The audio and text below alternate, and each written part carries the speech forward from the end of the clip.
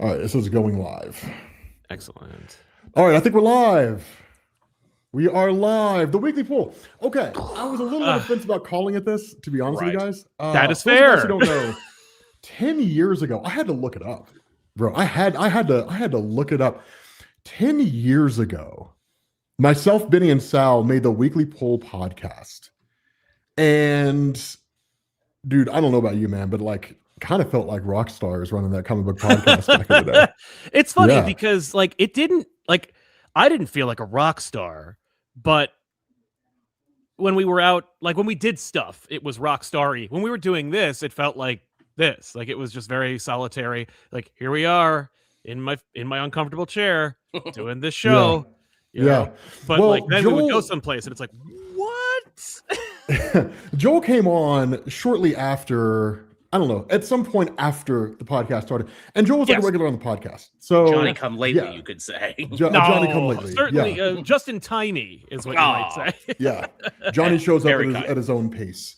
Joel but was for on real and for time, true, man. That dude showed up. No, Thank Joel you. always showed up Joel always showed. He always showed up on time. He showed up on early. time and 100%. billing. Yes. Yeah, 100%. A Cape Joel is never late or early. He shows up exactly when he's meant to. Yes.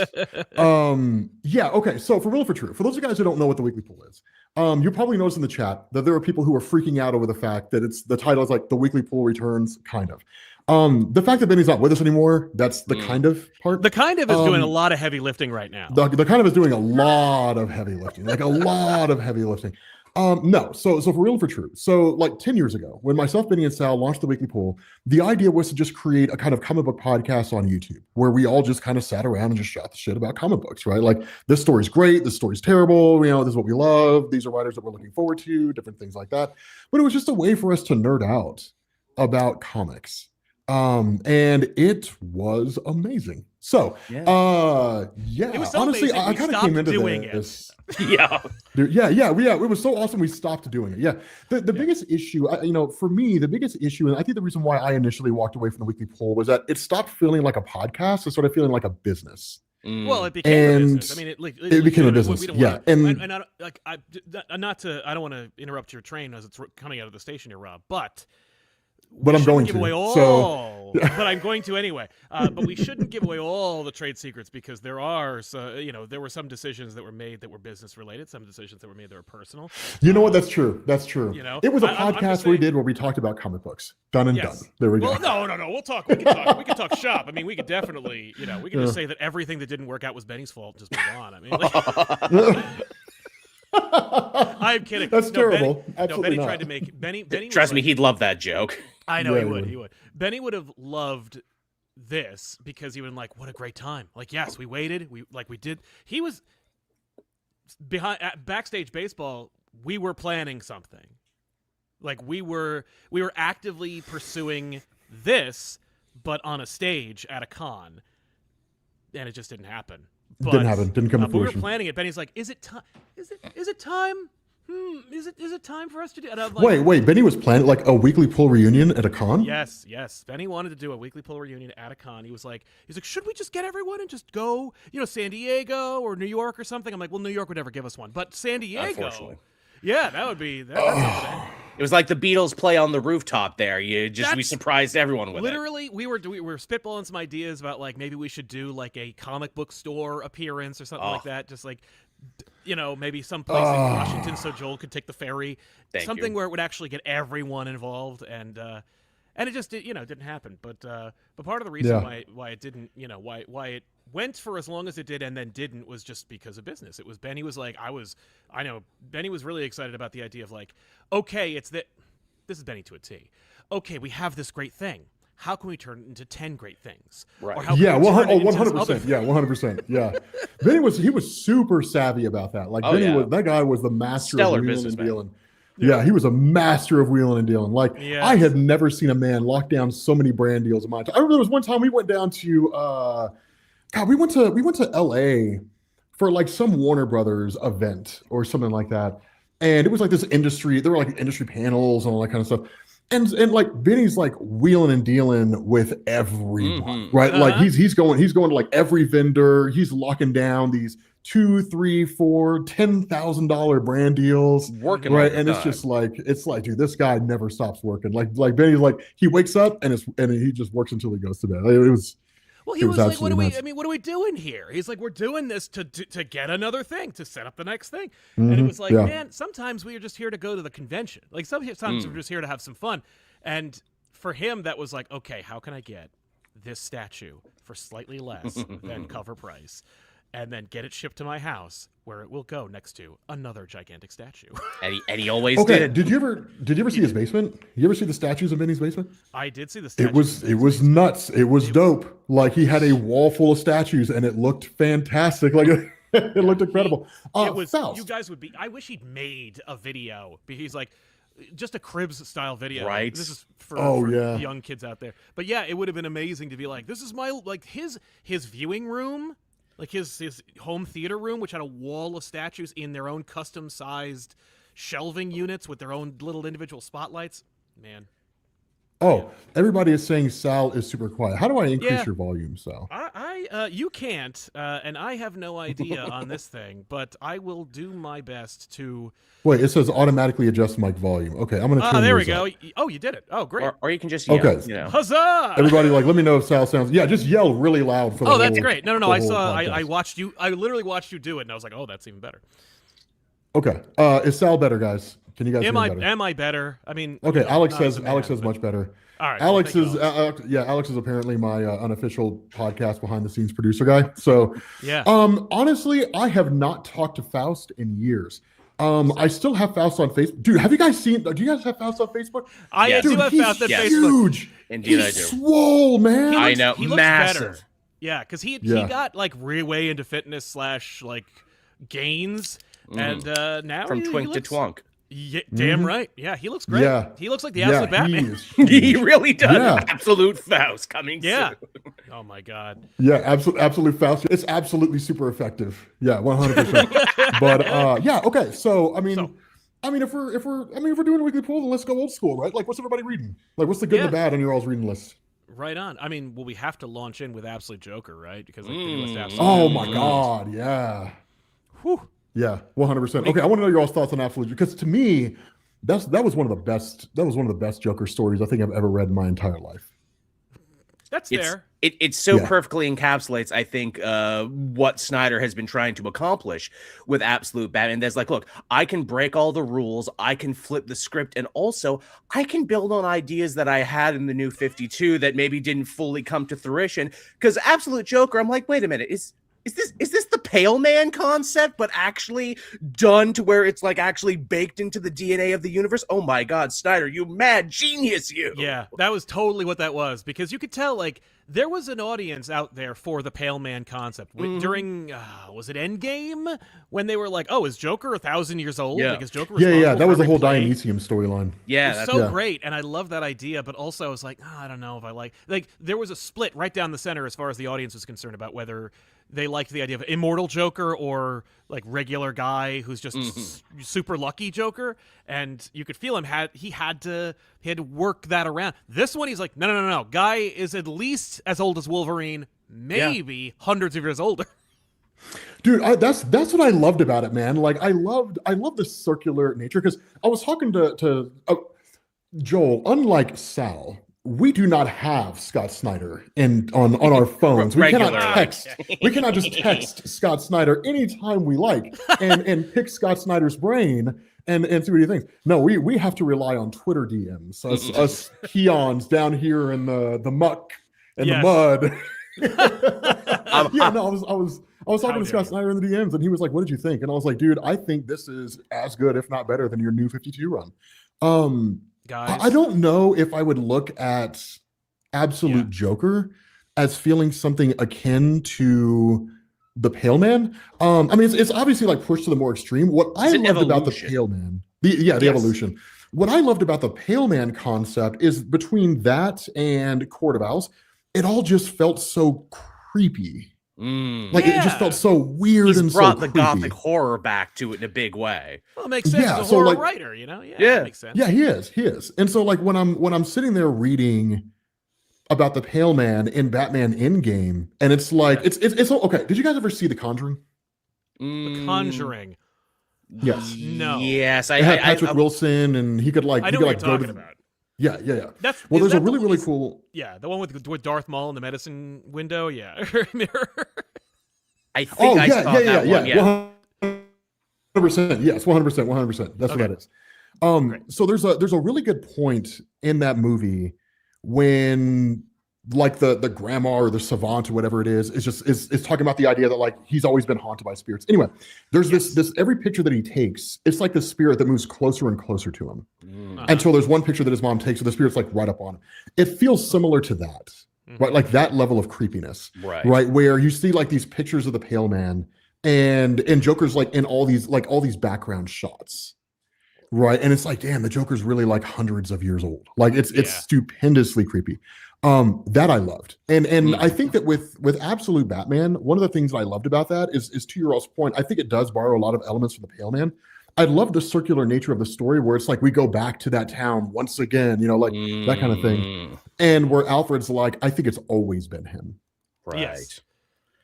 Yeah, I loved that.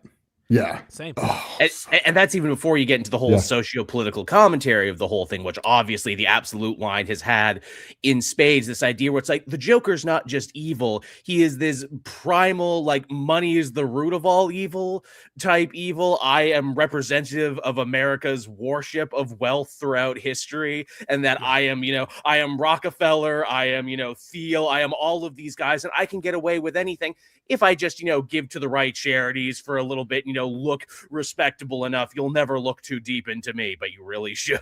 Yeah. I don't know, man. I kind of agree with Ben Affleck from The Boiler Room, right? People who say money is the root of all evil don't have it. Right. Well, I don't. I'm a YouTuber. Obviously, Yeah, exactly. I I don't. don't. Yeah. Yeah, no, I don't know. I'm But messing around. it's funny because Scott actually did mention this about the Absolute Joker, where he's like, it's not just the fact that he is like this super trillionaire, that he has all this wealth and that he hoards it like a dragon. It's also that like for him, that is his religion. Like he doesn't believe in anything except for the idea that like it's survival of the fittest. Like he's a great white shark. Our God is an apex predator, and we are godlike if we emulate him and we like do unto others what gets us an advantage, like how because that's the only thing that like separates us from the animals, is that like we understand advantage and we can take it. And it's like this Joker isn't just and he also is like he's offended by morality. Like he actually finds the whole concept repugnant, which is another interesting element to that character versus the Joker. I'd love to see the Jokers meet. Yeah, big agree. I do feel like there would be some disparity between those two characters. Like one, it would be very much like when the Joker met the Red Skull, and he's like, "Oh, you're actually a Nazi? I thought that was like a costume or something." Yeah, gross.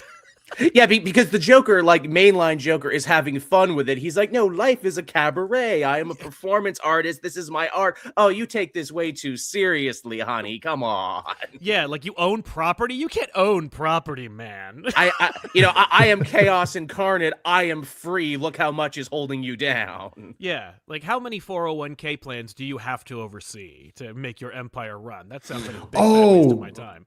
Okay, so people were saying that I was talking about Insidious, not The Conjuring. Yeah, that's right. okay, Insidious. okay. Insidious was a possession one. They Conjuring are was blend together for me at this point, honestly. No, they really were. Yeah, Conjuring was like the Bathsheba chick, and they moved into like the house. And, I don't know. It does all kind of blend together. Yeah. After a while, guys, how's the stream video quality? Because a friend of mine sent me a text and was just like, "Your stream quality is potato quality." I'm like, "It should be streaming at 1080p." Yeah, I was like, "It should not be potatoes. Like, it should be streaming at 1080p." Yeah. Like, how's it not? How's it potato quality? Yeah, I don't know. We should be fine. Don't matter. Yeah, chat. Let us know. Let us know. Yeah. Like, chime in and give us perspective and let us know. Right. Exactly. It looks good to me. Yeah. I'm checking it out right now. That's what I thought. That's what I thought. Yeah. Yeah. Weird. Okay. Yeah, which is also kind of weird. Like, I don't like the fact that it sets up. I feel like she was just giving me a hard time. I don't like the fact that it sets up vertical stream. I don't like vertical streaming. No, and it did that on purpose. Like StreamYard, just like they are cutting back on customer service and ramping up on bloated features. And one of them was like, "We're doing dual streaming. You could stream to your Shorts channel and your main channel, and it'll do all." And it's like, dude, I just want to friggin' stream. Can we just do that?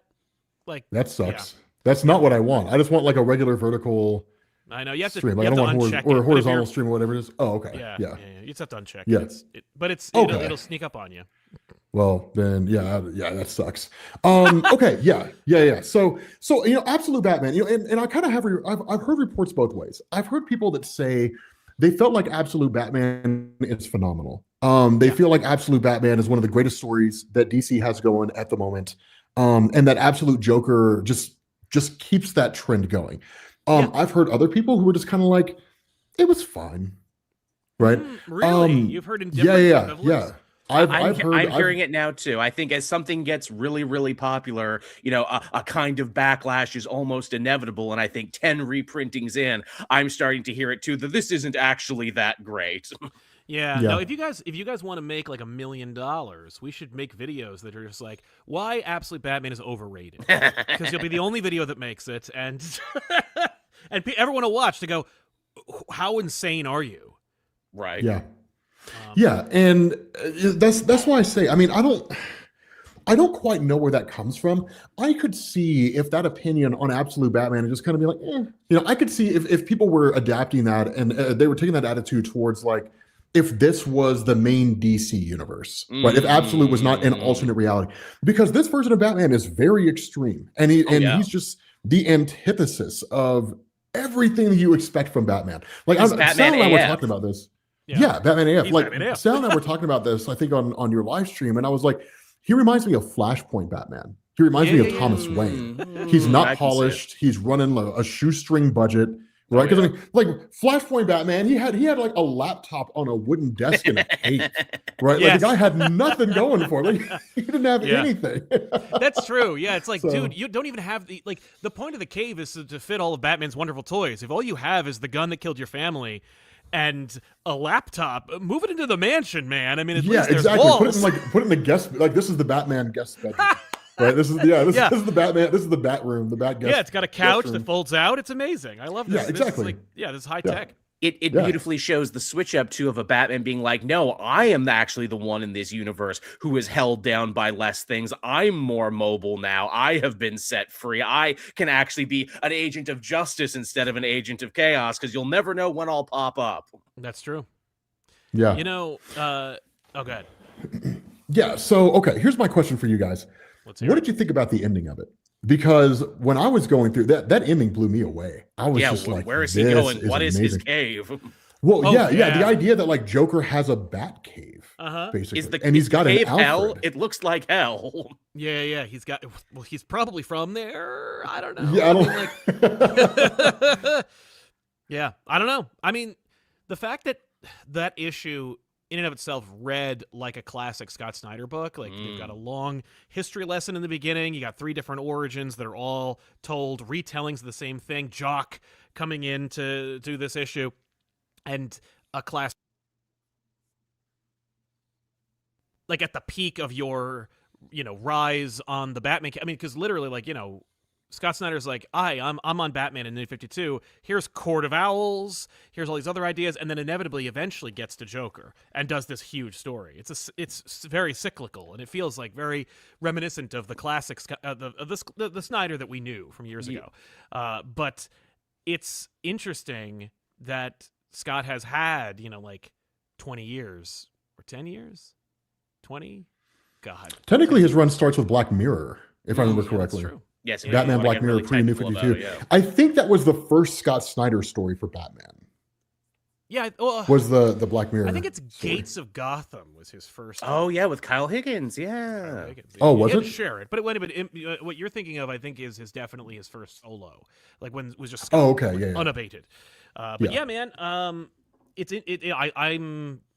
blown away by it. And again, I've said this a lot of times about like Absolute Batman, how it feels like Scott Snyder that but like younger. Like it's this whole book, this whole initiative has been the Dark Knight Returns for Scott Snyder's career. Where he's like, like I'm reborn. I am young again. Like I have all these ideas in a world that's completely changed. Like the way that Scott and company sold comics in 2011 ain't the way comics work today, despite the fact that all the same people are in charge of them. Well, it was also a different world back then in 2011. There was a lot. I think there was a lot more excitement. Well, there's a lot of excitement now for DC, but I don't know if there was, if even now, I don't even know if even during DC Rebirth there was as much excitement for DC as there was during the New 52.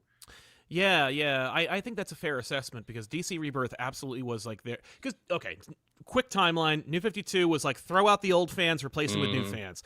Rebirth was like, we made as many new fans as we possibly can. Now throw them all. Now throw away any possibility of new fans. We're going to appease the old fans. This initiative is, there are both. Let's sell to them. Like we're all starting at the same point. Right? Like the all-in initiative / next level is all about like, let's get old fans in. I mean, for God's sake, they announced it using icons and logos from 1996. Yep. Like they want you to think old school fans. And then there's the Absolute line, which if DC wants to continue to eat Marvel's lunch, they need to do two quick things with the Absolute line. One, make compact editions of all the Absolute books. Number two, dude, you are all about compact edition comics. No. They're fun. I don't even really like them because I picked up a couple and I read them. I'm like, this is awful. Like, I want to read them like a size of a comic book. That's why they're made that size. But young people love them. I understand. And if they're getting people to read, then I couldn't care less. That's really the important thing. God's work. So make the compact editions for Absolute books. Someone's got to get that. Someone's got to deliver. But somebody's not going to get that. Nobody's going to get that. They can wait. But the other thing they need to do quick is they got to make some cartoons. Ooh. Oh my God, dude! Do you have any idea how many comments I've seen on Twitter, YouTube videos where it's like, when are we getting an animated Absolute Batman? It would make the most sense, and they got to used to be their secret weapon. Absolute Batman, Superman, Wonder Woman, and you know what? Do the thing that they did over. Like, here's the thing you could steal from Disney. You know the Visions initiative for Star Wars. Grab any one of those amazing studios and go. You're doing Batman. You're doing Wonder Woman. You're doing Superman. All at the same time. What was the Visions thing for Star Wars? Star Wars released these like movies or like anthologies called Star Wars Visions, and it was just like a whole bunch of miniature vignette Star Wars stories, each done by a different animation studio. Was that like Tales of the Jedi and stuff like that? No. This is different. This was like little mini movies they did on Disney Plus with all the major anime studios and like Aardman and Toon Brew and like those people too. Yeah. Like a lot of studios that were exclusively not American. They were like, let's see what other people have to say with Star Wars. It was beautiful. If you haven't seen it, you'd be like, whoa! Like especially because you'd find your favorites and go, those guys need to make a Wonder Woman movie. Right.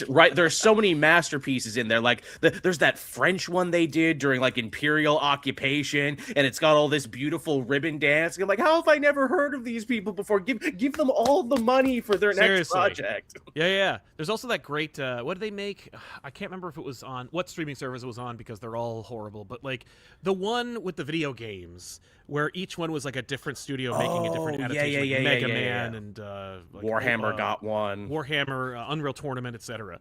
But same deal. Like give. Dude, I feel like I'm missing out on like 99% of geek culture because I'm just like Star Wars Visions. I don't know what that is. You're talking about animation studios from dude. It came out during COVID. It's like 6 years old. Yeah. I mean, the newest Visions just came out not that long ago. Actually, it just came out like a couple months ago. Oh, yes, wow. They made a new one. But yeah, man, secret level thing. Oh, well, I'm sorry. I don't know that Joel's over here. Just like the newest one came out like a few months ago. How dare you? How do you not know that? Like, what's your problem? Like, what? Rob, check out Next Level at the very least. Or Secret Level. You'll love it. Oh, okay. Secret Level I've heard of. I've heard Secret Level's incredible. Yeah. Actually, you know what? As a sidetrack, since we're going full geek culture, is anybody here? Are you guys anime fans? Yeah, not as much as I used to be. I watch maybe one new show a year. It's hard to keep up with it now because there's so much of it now. Mm-hmm. Have you seen Solo Leveling? I've heard of Solo Leveling. I haven't You need seen to watch it Solo yet. Leveling. Okay. Like that's all I'll say about it. Like you need to watch Solo Leveling. I don't know what kind of anime Sal's in. I don't know why I said Sam. I don't know what kind of anime like Sal's into, but not much. Not much. Okay. Yeah, you don't strike me as a guy who's just like, oh my god, the newest season of Full Metal Alchemist or whatever in the hell. No, Baka. No. They haven't made that show in forever, but like, yeah. Fair enough. Okay. But you know what they should before do? we start talking. Go ahead. No, what's up? No. Well, I was going to say we should talk about the leaks. Well, that's what I was going to say. Like before we yes. start like talking about like the comics that are coming out and yada yada and whatnot. Yeah, man. So let's talk about the Marvel strategy for taking what is, I would say, the trailers for the most anticipated Marvel project since Endgame. Yeah, 100%. And putting them in movie theaters and saying it's the only way to see that. You know what this reminds me? This is the first thing I thought of when they announced that. I was like, this is called artificially propping up an industry. And Marvel and DC did it when they did the Marvel DC crossover. They were like, hey guys, if you want to get Batman Deadpool, in order to artificially prop up comic book stores, you're going to have to go in there and buy it that way, as opposed to just reading it digitally or something like that. Which I'm glad they did that. I love that. I think that's fantastic because had a great time with it. You know, see, that's you gotta get a B12 shot, my friend. After 10 years, we still don't see eye to eye on digital versus physical comic books. The proof is in the sales, my friend. Digital is dead when it comes to comic sales. It's just you know why? Because you know why? Because you can't buy them digitally day one, and because Marvel and DC never tell anybody that you can, unless you read a physical comic book. That's very true. Well, although they do have, I mean, they have their Netflix subscription services. You can read your Marvel comics on Unlimited with your special app, and you can get all kinds of stuff and perks and whatnot. It's just you have to wait 3 months for the next issue. I mean, I will buy a physical comic book if it's of particular importance. Like that's Giant Size X-Men #1, autographed by Hickman. Well, like, that's a different story than the latest issue of whatever, a Flash. Yeah. That's when I buy physical. If it's just like I really, really want this comic. Like otherwise, I just read mine digitally. But that's neither here nor there. Yeah. So what's your all's thought on the idea of them taking the trailers? Because it like Paul at Heavy Spoilers tweeted out, and he was like, it's weird. It's almost like it's 2025, and someone could just go into a theater with a phone and just record the trailer, put it on the internet. and this has always been the case. I mean, this is what I think is why they stopped coming to Comic-Con too, where it's like, why do we bother showing off all of these amazing trailers and trotting out all these celebrities at like Hall H when some dude's just gonna have it on his phone in like the next 5 minutes? It's gonna be all over the internet. We could just release it in good quality, maybe. Yeah. Actually, okay. Have you done Hall H? Never once. Always wanted to. Have you been to San Diego? You've never been to San Diego? No, right? Unfortunately not. No. You've never been to San Diego? You should apply for a press pass. Oh God! I should try. I mean, it's going to be a lot harder for me to get there these days. But yeah, I hear what you're saying. Canada. Yeah, I'd love to do it once. For me, it's like I got to cross the border. I got to fill out a lot of paperwork. Yeah, and God forbid. Wait, the Spider-Man Brand New Day trailer leaked? Yes, it did. Well, when we went live, it leaked. Maybe. Leaked. So the part of me that is clearly reckless and exceedingly irresponsible, and would love to make an incredibly poor decision, wants to find.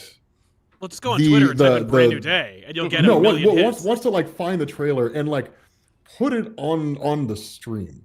But if I did that, we would get shut down like that. Like the Disney corporate ninjas would be here within minutes. 100%. Yeah, my screen would go black. You'd hear a gunshot, and then Thomas Explained would stop uploading videos forevermore.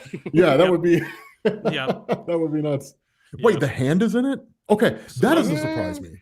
Okay, yeah. Sal, what are your thoughts? What are your thoughts on the leaks? What are your thoughts? I'm in. Like, they leaked because here's the thing: they also leaked the first trailer for Doomsday. So we know what happens in the beginning of Doomsday. Or at the very least, we know who it's focusing on. People are freaking out about that. They just dropped the Brand New Day leak, which could be real, but more than likely because it's filmed on someone's random screen. It's probably AI, especially because you see a couple of like still moments. Like there's no movement in a couple of the Spider-Man shots. So I'm like, oh, you're probably fake.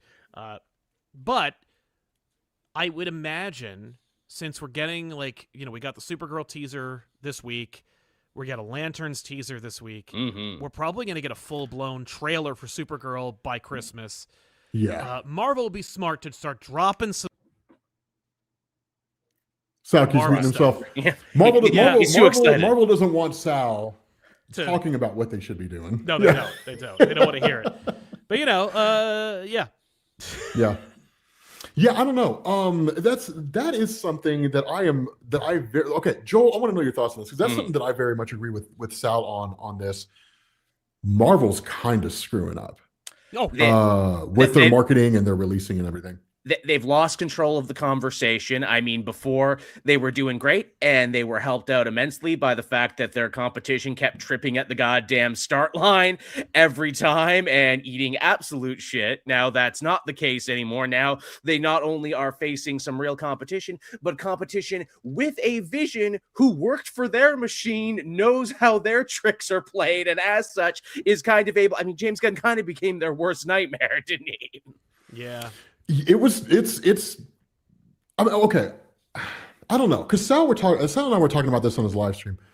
The Supergirl looks cool. I think I'm going to enjoy it. The trailer makes it look like Guardians of Supergirl, right? Supergirl. Yeah, of it the Galaxy. does. It Hey, now that could be 100% feels fake. like a Guardian. Yeah, That could. it feels well, like it feels like a Guardian movie. So Yeah. Well, that's. I think Yeah. that's because the studio is like, we know the one thing that everyone's on board for is James Gunn, and this is the first joint Gunless. coming from DC that has no gun outside of him like producing or supervising. So director, writer, inspiration, none of it's gun related, and none of it really feels. If you read Supergirl Woman of Tomorrow, nothing feels like a gun movie. No, it's true. So no, And nothing that- about it's that True feels Grit. like a James Gunn movie.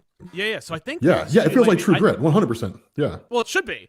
I could imagine that Warner Brothers is like, cut it like a gun movie so that people think, because this is the same studio that like saw David Ayer's freaking Juggalo Joker movie and went, Yes. make it like make it like those TikTok kids pre-TikTok making like a new music video for Bohemian Rhapsody, like.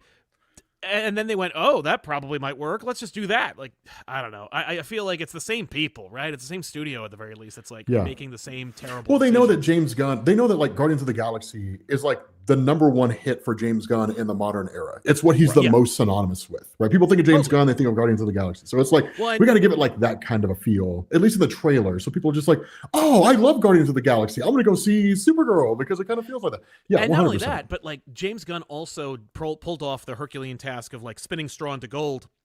He made a franchise out of nothing, as far as the culture is concerned, as far as like the laymen are concerned. Like, what is Guardians of the Galaxy? Where does that come from? What's the highest selling Guardians of the Galaxy comic book? How many average people know who? Like, you might be able to get 9 out of 10 people to identify Iron Man. You are not in 2003 or 2013 going to be able to get people to go, oh yes, that's Rocket Raccoon. My favorite. It's Groot. It's not Yeah, going to no. happen. So as far as the Well, the only studios people and who all knew of them were are like the Dan concerned, Abnett fans. Yes. Yeah, Well, it was sure, the Dan yeah, Abnett like- fans in Marvel. Yeah. we all love Annihilation. We all love the real, the Guardians of the Galaxy or that iteration of them. But I can imagine all the studios paying attention, going like, that dude just made something out of a cartoon rabbit. Like, I don't know how it's going to happen. I know it's a raccoon. I'm just, being reductive. But like, they're like, I can't believe he did that. What he did is something that we can't replicate. So we'll just hire him to do that. Which And so, which yeah. is ironically what the plot of Guardians 3 was all about. No one can create like me. Yeah, Guardians 3 is just, I'm leaving Marvel, and Marvel doesn't know why I'm good at what I do. Yes, that's totally what the whole plot is of that Yeah. thing. You can all make it seem like you're creating something, but you can't. Yeah. No, Guardians 3 was 100%. I'm finishing up my contract and then I'm gone. Because if I remember correctly, Joanna Robinson had this in her book. He was already going to DC. He'd already worked everything out with DC by the time he did Guardians 3. Didn't they And shoot so he was a just like, scene I'm out. for Guardians 3 at DC? They might have. Like, I think that they Did he actually really? used. I think they might have used. There's something where like there was a reciprocity where like they got to use a soundstage at the other company. Like that's how like gone he was. Wow. I did not. It doesn't surprise me, but I did not know that. No, I mean to your point about Marvel marketing and everything, 100%. Because I think people are really excited about Avengers Doomsday, right? It's really interesting. It's anecdotal. Take it for what it's worth. My sister used to be a really, really huge Marvel Cinematic Universe fan. Used to be. Endgame ends. And then she's like, okay, well, let's see what comes next. And I think she, like a lot of people, were just kind of like, they're not really doing anything great, And so I remember talking to her when they announced Robert Downey Jr. as Dr. Doom. Yeah. And she's like, I don't like that. And I was like, what? I was like, I thought like you loved, I thought you would be excited about that. She said the same thing that so many people that I've heard so many people say. He had his time. They should have gone with someone else. Very And I think that kind of mentality, that kind of attitude is impacting Marvel, I think, a lot harder than it seems. Now, I don't think that it's going to like destroy the Marvel Cinematic Universe image, but to the point that you're making, Sal, right? Like what James Gunn's DC Cinematic Universe has going for it, and Joel, you brought this up too, what James Gunn's DC Cinematic Universe has going for it, it's the novelty, it's the newness. It's Yes. the fact that people are aware of Superman. You'd have to leave Earth to find a sentient life form that doesn't. And there's probably aliens in like the Vega system, right? Who that are are, like, aware of Superman, who recognize you are the aware logo. of Superman. Yeah. Like aliens are going to invade Earth one day and just be like, take us to this guy, right? This dude, this Superman guy, right? Like, they have so many more characters that people are aware of. But I think that movies like Superman, showing Guy Gardner, people are like, okay, well, now I'm really curious about the Green Lantern. And even if they only heard of him casually, they're like, I want to learn more about that. And I want to learn more There's about him. novelty to it now. There's novelty to it all. Let me And show so- you something weird. Let me show you something you haven't seen before or might not been aware of. Yeah. Exactly. And I think that when people look at James Gunn and the DC Cinematic Universe, they look at things like Peacemaker, which is not the most successful product ever made in the history of the comic book industry, but it does demonstrate that James Gunn being able to take what is in effect a no-name character and turn them into a household name, it's not lightning in a bottle, right? The guy didn't just happen to succeed lucky. once. No, he got didn't the get touch. lucky. He's got the He power. knows right. what he's Yeah. doing. He's got the And power. so when you in turn say, okay, well, this guy's the one leading the show, and Lanterns and Supergirl and like all these products are coming down the line, it gets people really excited for what the DC cinematic universe has to offer. Yeah. And then Marvel's just like, you got to go see Avatar if you want to see the trailers for Avengers Doomsday. And it's like, Marvel, that's a really bad idea. Yeah, Right? It would be especially much because better most of if us they gonna be like, spaced nah. Like, I'm Yeah, not going to see exactly. your. I literally read a headline today that just said, Avatar: Fire and Ash is the longest and most boring Avatar yet. And I was like, That's what I heard. Yeah. that's hard to imagine, given that I thought that I've never seen the second one and I didn't like the Same. first one. But whatever. Well, no, I mean that's the point though, right? I mean, if you as much as movies cost, right? What is it? Say for like if I go see the movie, right, it's going to cost me $30-40, right? And if all I care about is the trailer, then I'm basically Right. paying $30-40 to watch a 90-second clip, But if that. 30-second clip, 60-second they clip. did that already. Like, they did it to much effect. The problem is that back in the day, you couldn't stream the trailer from your phone right in a away. high Yeah. resolution, but they did it for Phantom Menace. Like, I remember yes. vividly Phantom Menace trailers. People went to go see all kinds of Meet stupid Joe Black. movies. They went to go see Meet Joe Black because there was a Phantom Menace trailer. I can imagine a ton Wait, of did teenagers. they really? There was a Phantom Menace trailer immediately back. I was too Yes. young to. Well, I wasn't too young, but like I never saw. I don't think I saw Phantom Menace. No, I saw Phantom Menace. in I theaters. saw Phantom Menace in theaters, and I Yeah. watched those trailers, and I was hyped. The difference Really? is they didn't make like a whole bunch of disappointing Star Wars movies and then release the Phantom Menace trailer. Oh, I was gonna say like Phantom Menace is kind of one of the most reviled Star Wars movies in recent memory. So- It used to be. It certainly used to be. But Yeah. when children were reared on it, you're 6 or 7, and you watch Phantom Menace, and you're just like, oh boy, pod races and Darth Maul. Then you become a 35-year-old, and you're like, I think Phantom Menace is the most underrated classic in cinematic history. And it's like, I don't know what universe I slid into, but whatever it is, it's an unforgiving world. Those cartoons did a lot of heavy lifting too on a whole generation who did not have action cartoons on Saturday morning. So that Clone Wars did a lot. It really, Okay, really did. first of all, Mariah loves Clone Wars. She won't hear a word against it. Oh, it's like good. there was Oh, one Clone time I was giving her Oh, shit, and I was like, I was like the Clone Wars. cartoons. Clone Wars. Yeah, I was like Clone Wars. I was like, that's that garbage ass show that like was based on episode Well, 2. that would do it.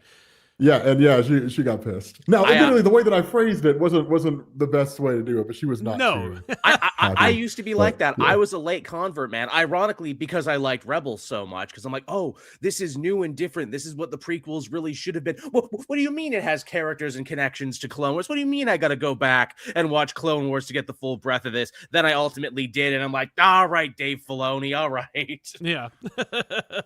But yeah, like to the point, right? Marvel has a couple of products coming out that are driving a lot of interest from fans in relation to the movies. Mm. You got Avengers Doomsday, you got Spider-Man No Way Home, or Spider-Man One More Day. Brand new day. A brand new day. Yeah. Yeah. Good thing they didn't call it One More Day. Because I know you would refuse to go see it just on general No, I principle. would have seen it. I'm not a Like, wacko. no, oh my They ass. did One More Dude, Day. Spider-Man One More Day, you would immediately turn, you would just be like, no. I would be a. Like, for those of you guys in the chat who don't know, whenever you think of like that Spider-Man fan, that's Sal. This guy knows more about Spider-Man than anybody on the planet. So Sal's one of those guys that just can't let go of the fact that J. Michael Straczynski wrote One More Day. I love it. And so I for love him, JMS. that name is just No, It's I just, like you know. JMS. He did a great job with a lot of Spider-Man stuff. Yes. But we're not the talking Think about Tank One More era. Day right Yeah. now. Yeah. We're- And if you We're ask talking J- about Brand New Day. Okay. and if you ask JMS about it, he'll even say, "No, I wrote a lot of that on duress. Why do you think I didn't write for Marvel for like over a decade afterwards?" Dude, he Yeah, got yeah. hate mail and like he did not want to write that story. Like he was made to write that story by Quesada, and then Mm-hmm. yeah, it sucked. But yeah, no. So there's like two big projects for the Marvel Cinematic Universe coming out. And yeah, what? Okay. It is legit Oh, because according It's to legit, really? Deadline, this might be hearsay. According to Deadline, we are taking corrective measures to ensure this doesn't happen again. An official line. Wow. Wait, Now, we're that dead. might Oh, be- that's a message from Sony? That might that is allegedly what No Sony way. said. We'll see. no shit! Wow. Hold on, I'm gonna look this up. Spider-Man trailer leak. I mean, dude, here's the thing, man. When they did Spider-Man, Way was it Home? No Way Home, the one that had like Andrew Garfield and Tobey Maguire Yeah. in it? When I got the screening from Sony, when Sony was like, "We're gonna send you to a theater and you're gonna be able to screen the movie early," I got to watch it up until they went into the Saint of Sing tour and to meet Doctor Strange, and then they ended it. They're like, "You don't get anything more than that." Yeah, they cut it off 20 minutes in. Wow. And I was just like, I mean, okay, I don't know how I'm supposed to get in here. Hey guys, guess what? They go to see Doctor Strange. Like, yeah, I saw that in the trailer. I know that. Yeah. Stop holding I out don't- I on don't us, know Rob.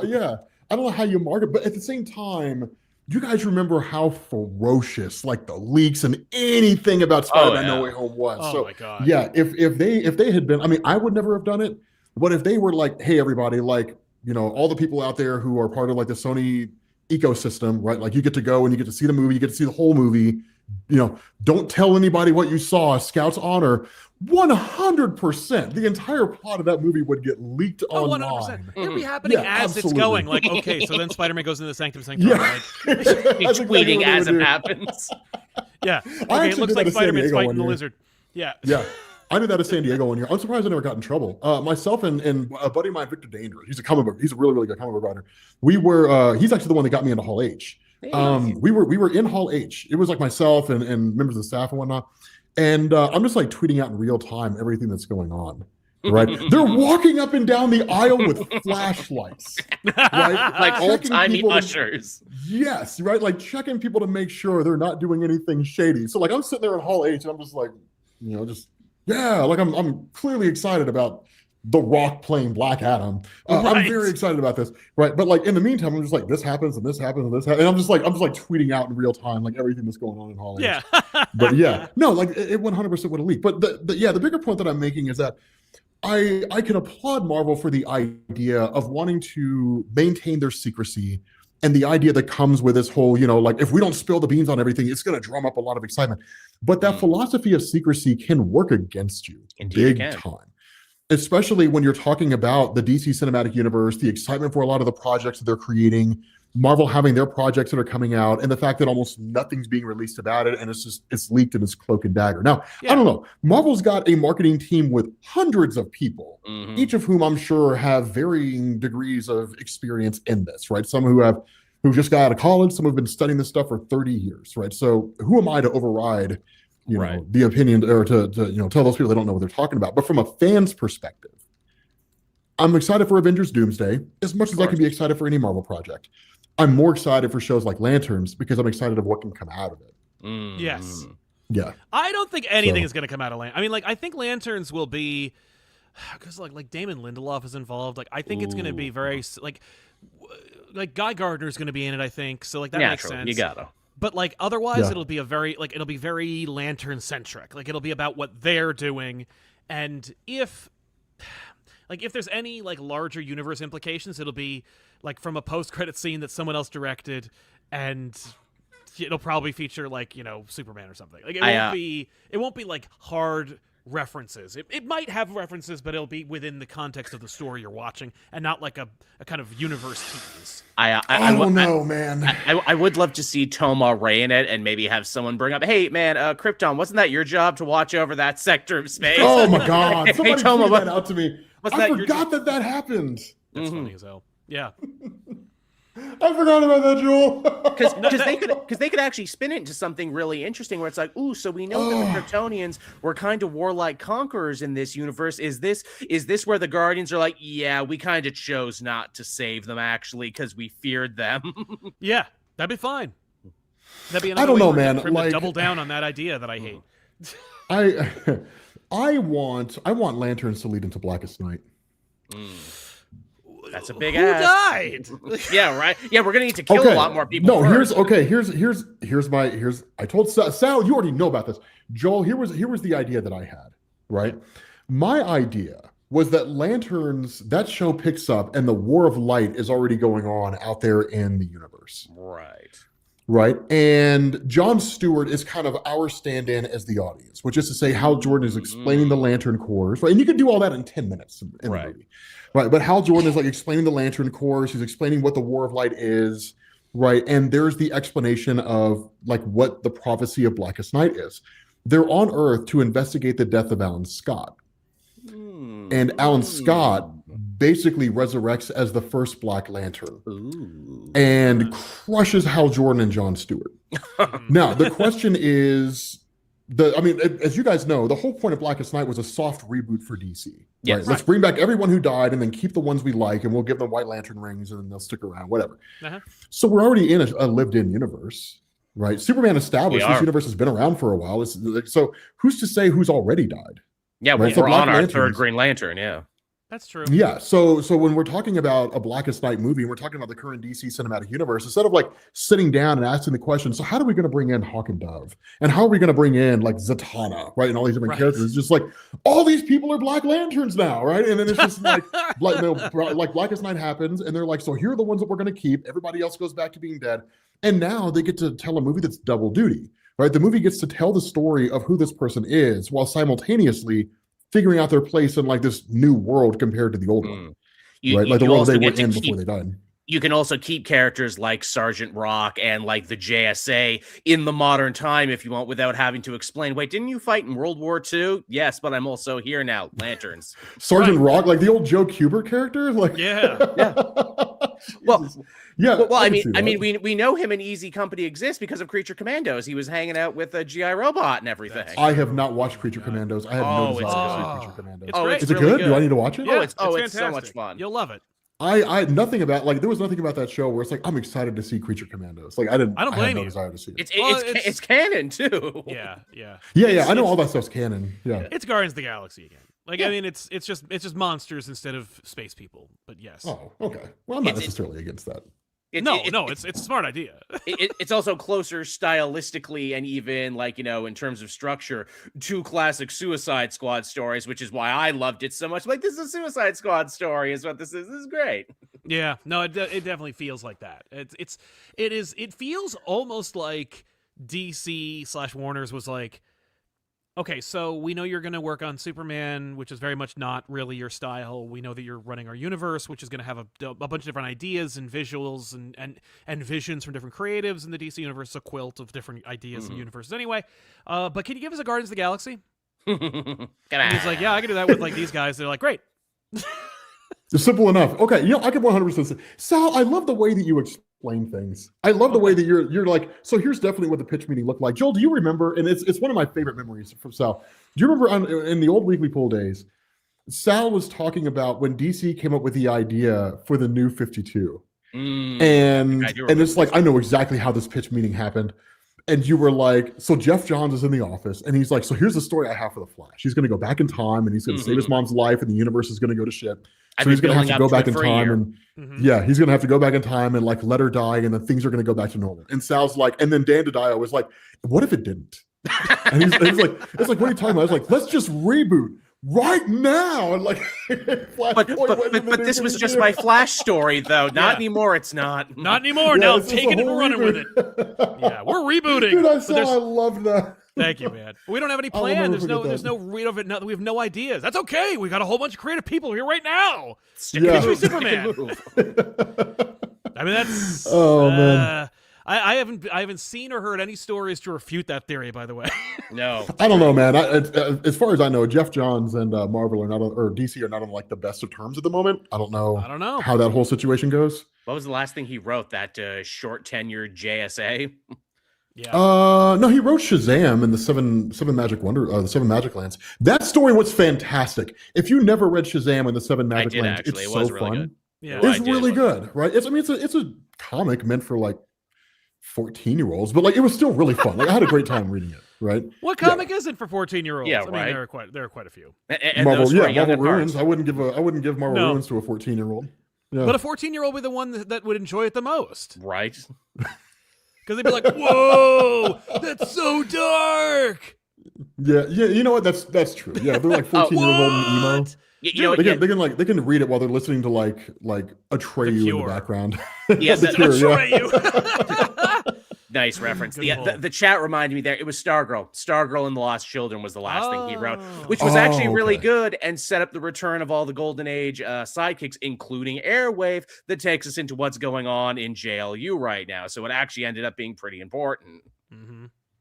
Was it? Because I thought the base like JLU right now was based on the We Are Yesterday crossover. It is, but they also took Airwave from the Stargirl story. That's how we came back. That's right. You know, I didn't even know how they got Airwave. I assume Airwave That's was how. just there because when I pick up, was it We Are Yesterday? Superman? No, I'm sorry. During the end of Absolute Power, Superman gives him a Justice League Unlimited card. Yes, he does. Yeah, that's And right. then Gorilla Grodd shows up in We Are Yesterday and like tricks him into thinking the Justice League are back. Which, by the way, if anything, I love Mark Waid to death.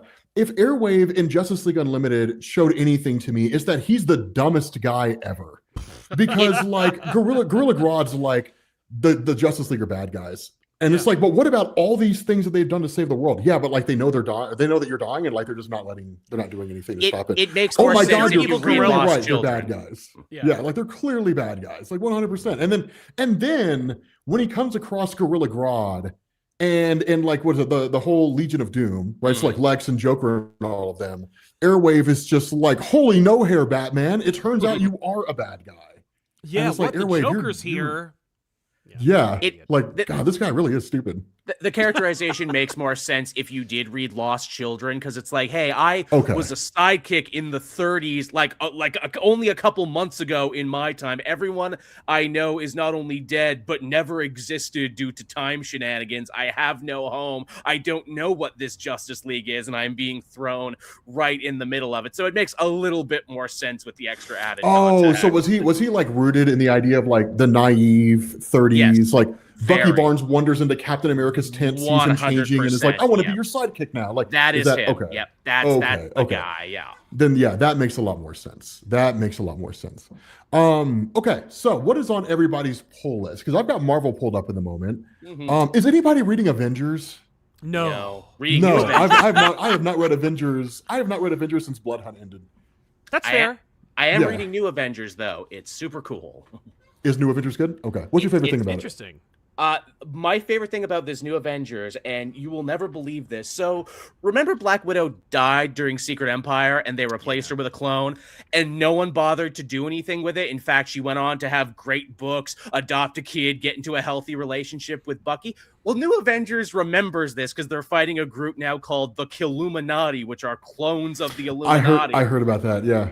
So the book remembers this, and it's like, wait a minute. So cloning the Illuminati is crazy enough, but you mean to tell me you found gamma and vibranium and Terrigen to give these clones their powers? Who the hell did that? It was Black Widow, but we don't know if it was the original Black Widow or the clone. We don't know which one we have. And I'm like, What? that's so smart. That's so fun. good. Yeah. Oh, I You know love what that. really does kind of upset me about that is when they have these amazing plot threads that never get resolved, or if they do Right. get resolved, they get resolved just in a really like a really In silly a way. hand wavy kind of who cares kind of way. Where they're Dude, like I was dead, but I got Steve-O. better. Yeah. Yeah, exactly. Like Steve-O, dude, I loved Steve-O, right? But he just kind of gets thrown into a prison cell at the end of Secret Empire, and then he gets killed up. in the beginning of Ta-Nehisi Coates' run. Yeah. And I was like, okay, so Duggan brought him Use back. Yes, Duggan brought him back to try and get some revenge for Deadpool and having his best-selling Deadpool book cut short by Secret Empire. So Deadpool gets a little revenge on him later. I'm like, good. okay. Actually, you know what? I will take that back. I did like what because you're talking about when Dugan turned him into basically like the new William Stryker. Yes. right? He's got like the all white suit and all that kind of stuff. I Yes. did dig that version of Captain America. Yeah. Or that version of Steve. Like I dug that version of him. But like I remember talking about that during Secret Empire, and I was like, yeah. So I was like, they don't kill him. Like at the end of the story, they didn't kill him, and I was like, so this is gonna be one of those times, guys, when this dude just gets shuffled off to the cornfields, and he may or may not ever be seen or heard from again. Yeah. Yeah. So no, I am not reading. Okay, have you guys been reading Jed MacKay's Moon Knight? Because the Fist of Khonshu, number 15. I think this is the last issue, and I think they're either putting it on hiatus, canceling it, whatever, and then they're bringing it back. They're in rebooting it. 2026. It's going to be Mark Spector Moon Knight. It's going to be a brand new Right. series. That's Oh, is that gotta what it's going to be? catch I haven't seen the solicitations for it, so yeah. I've only heard good things. Yeah. Oh, dude, have you never read Jed McKay? MacKay's Moon Knight? I've read like the first volume and then dropped off. I got to come back because I've heard nothing but What? good things. Oh my Yeah, I know. god, you need I know. to read Jed I MacKay's know. Moon Knight. I know. Oh my God, Midnight it's so Mission. incredible. It's like the coolest thing. He's having like an all timer. I know. Bro, let me tell you something, man. Okay, oh my god, yeah, Jed MacKay. That's why. Okay, not to crap on Jed MacKay. That's why as soon as Jed MacKay started writing the X-Men, I was so excited for it, and I was Oh like, yeah. I was like, wait, they're just out in like some Alaskan town, and like there's just a frozen sentinel over them, and they're like, we're gonna keep it there to remind the townspeople that they were dicks to us once. And it's like, okay, I mean, I guess I was not overly excited, and still not overly excited with his X-Men run, but his Moon Knight run, it will go down as one of the greatest Moon Knight runs ever written in Marvel Comics. It's incredible. I mean, it's so good. They gave him X-Men and Avengers simultaneously, which, like, when was the last time that happened? Stan Lee Bendis? feels like forever. No, Yeah. Bendis. Oh, Bendis. Yeah, Yeah, Bendis. there you go. Yeah, the last time that happened where they were allowed to write both. Yeah. Okay. The Mortal Thor. Are you guys reading the Mortal Thor? No. Got to catch up on that, You too. really need to pick up Mortal Thor. I loved the last one with Ewing when he was getting like super metatextual and like having whole issues that are like talking about the comic industry and why it's so broken and messed up. I'm like, this is so good and also too real. This is too real, man. Yeah, the Mortal Thor is really good. It brings back Sigurd, that whole cool. personality for Thor. That one's pretty solid. Sal, this one I feel like is for you. Spider-Man Torn. I have not read this at all. Yeah, I like it. me too. It's again by Babylon 5 creator JMS, and it's like it's interesting because I've seen some interviews with JMS about it where he's like, it's set during the college era. We also have the sliding time scale. I can't set it like I can't just pretend like it's during that period and pretend like there's no cell phones and that like they're listening to groovy 70s music. Like it has to be like modernized. But as far as he's concerned, it's like we're slipping it into place. And unlike Kurt Busiek, he's not going to meticulously do the research because the reality is JMS never did that. So like he's not going to start now. But it is a really fun book. It's very character focused. It's what Spider-Man's supposed to. It's what Spider-Man's supposed to feel like. Like Spider-Man is supposed to be, like 1/3 Spider-Man, 2/3. I'm sorry, a quarter Spider-Man. Yeah, it doesn't matter. The point is, it has to have Spider-Man, Peter Parker, and someone or some group of people who are involved with Peter Parker's life. Right. That's what it has to be. Like, in order to make a good Spider-Man story. This one juggles the Gwen of it, the Mary Jane of it, the Harry of it. Like, it does a lot of good, fun stuff. And he's very funny. He's funny. Okay. The universe is, and it's good, clean art. It looks really nice. It's certainly the best Spider-Man book on the shelves right now. Do you like it better than Amazing Spider-Man from Joe Kelly? Yeah. I mean, because That's not a hard one to clear. well, I don't think Joe Kelly. Dude, is I doing a love bad the Amazing job. Spider-Man right now. What are you Of course talking you do. It's not about? a Spider-Man book. Oh my God, Sal. See, this is what I'm talking about. I Sal. am liking This the is what I'm space talking about, stuff, and I have a weird respect for self-hating Norman Osborn. I'm like, oh yeah, a character who hates himself so much, but is doing it anyway. Okay. This is my jam. The whole idea with Norman Osborn since the whole Sin Eater storyline. Yeah. Okay, yeah. Like I prefer old school Green Goblin Norman Osborn. He pops up long enough just to remind Peter Parker he's a dick. Yep. And tries to attack Peter. It's like, remember that time that I killed Gwen? And then just like races off, right? And, Naturally. yeah, exactly. Right. Just evil maniacal laugh. I do prefer like evil Norman Osborn, bad guy Norman Osborn. That being said, I do like the idea that he's trying to like redeem himself by playing the role of Peter Parker. But he do knows love, it's not going to work, but he's also doing it anyway, and no one believes in him, but he's doing it compulsively. Dude, even Ben Reilly was just like, you're going to fail. And I'm like, what an asshole. Like, I know. He murdered a teenage girl. yeah. Dude, You it don't was, get to it was, walk it that was, back. I don't care how many magical shotgun blasts of sin blast out of your backside. There's nothing that can fix that, man. Or magic Well, spears. Sometimes it's I a don't magic know. I don't spear. know. I mean, let's just, let's beat this. I mean, we already got a stick. Let's beat this horse. Yeah. Did Norman Osborn kill Gwen, or was she already dead? Yeah. Well, because in the he- comic, it's like, oh, she Yeah, was her neck already dead, snaps. Spider-Man. Yeah, he sure likes to say that. No. I mean, She like, was look, already dead? the reality is he knocks her off the bridge. He kidnaps her and puts her on top of a bridge.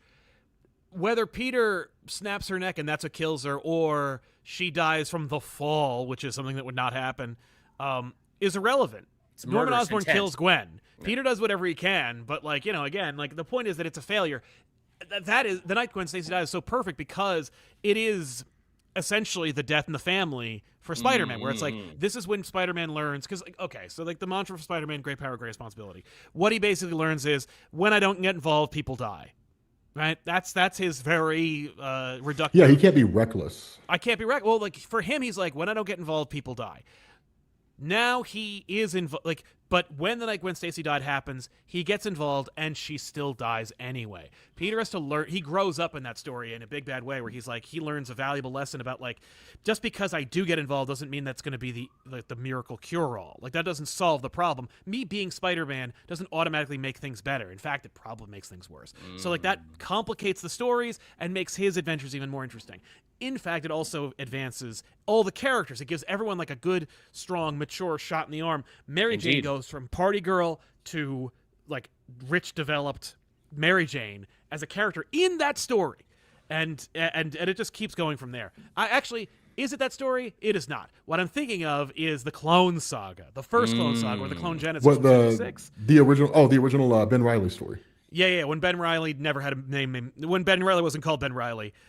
Sure. And when they did, the whole, Jackal clone. Wait, I thought the first Jackal. I thought the first because you're not talking about the '90s one that I'm introduced talking like about the Kane one and all from the that. 70s. Yeah, Yeah, I thought old that one. first one introduced Ben, because I remember that was a It Jackal does, story. I but thought yes, that one no, introduced Ben Reilly. It does, but his name ain't Ben Reilly. Like he's just some he's just Peter's clone. Back then they didn't have the plan Oh, to okay, call him okay. anything. But yes, it's I never read the technically Ben '70s Reilly's Clone first- Saga. The It's- '90s it's Clone inter- Saga I read. Yeah, you would not enjoy it. Yeah. Because it's very 70s Spider-Man. It's very up its own butt, but it's also like it's essential reading, and there's a beautiful sequence where like because Gwen comes back. The whole point, I don't want to get into a thing about it, but like it's funny because that whole period was like dead is dead at Marvel. They were like, well, that dead means dead. We're not going to bring anybody back. Stan apparently reportedly got like accosted at a college. He was doing like his college tour, and people were screaming at him like, "Boo! You killed Gwen Stacy!" And he's like, "I didn't kill Gwen Stacy. Jerry Conway killed Gwen Yeah, Stacy." he did.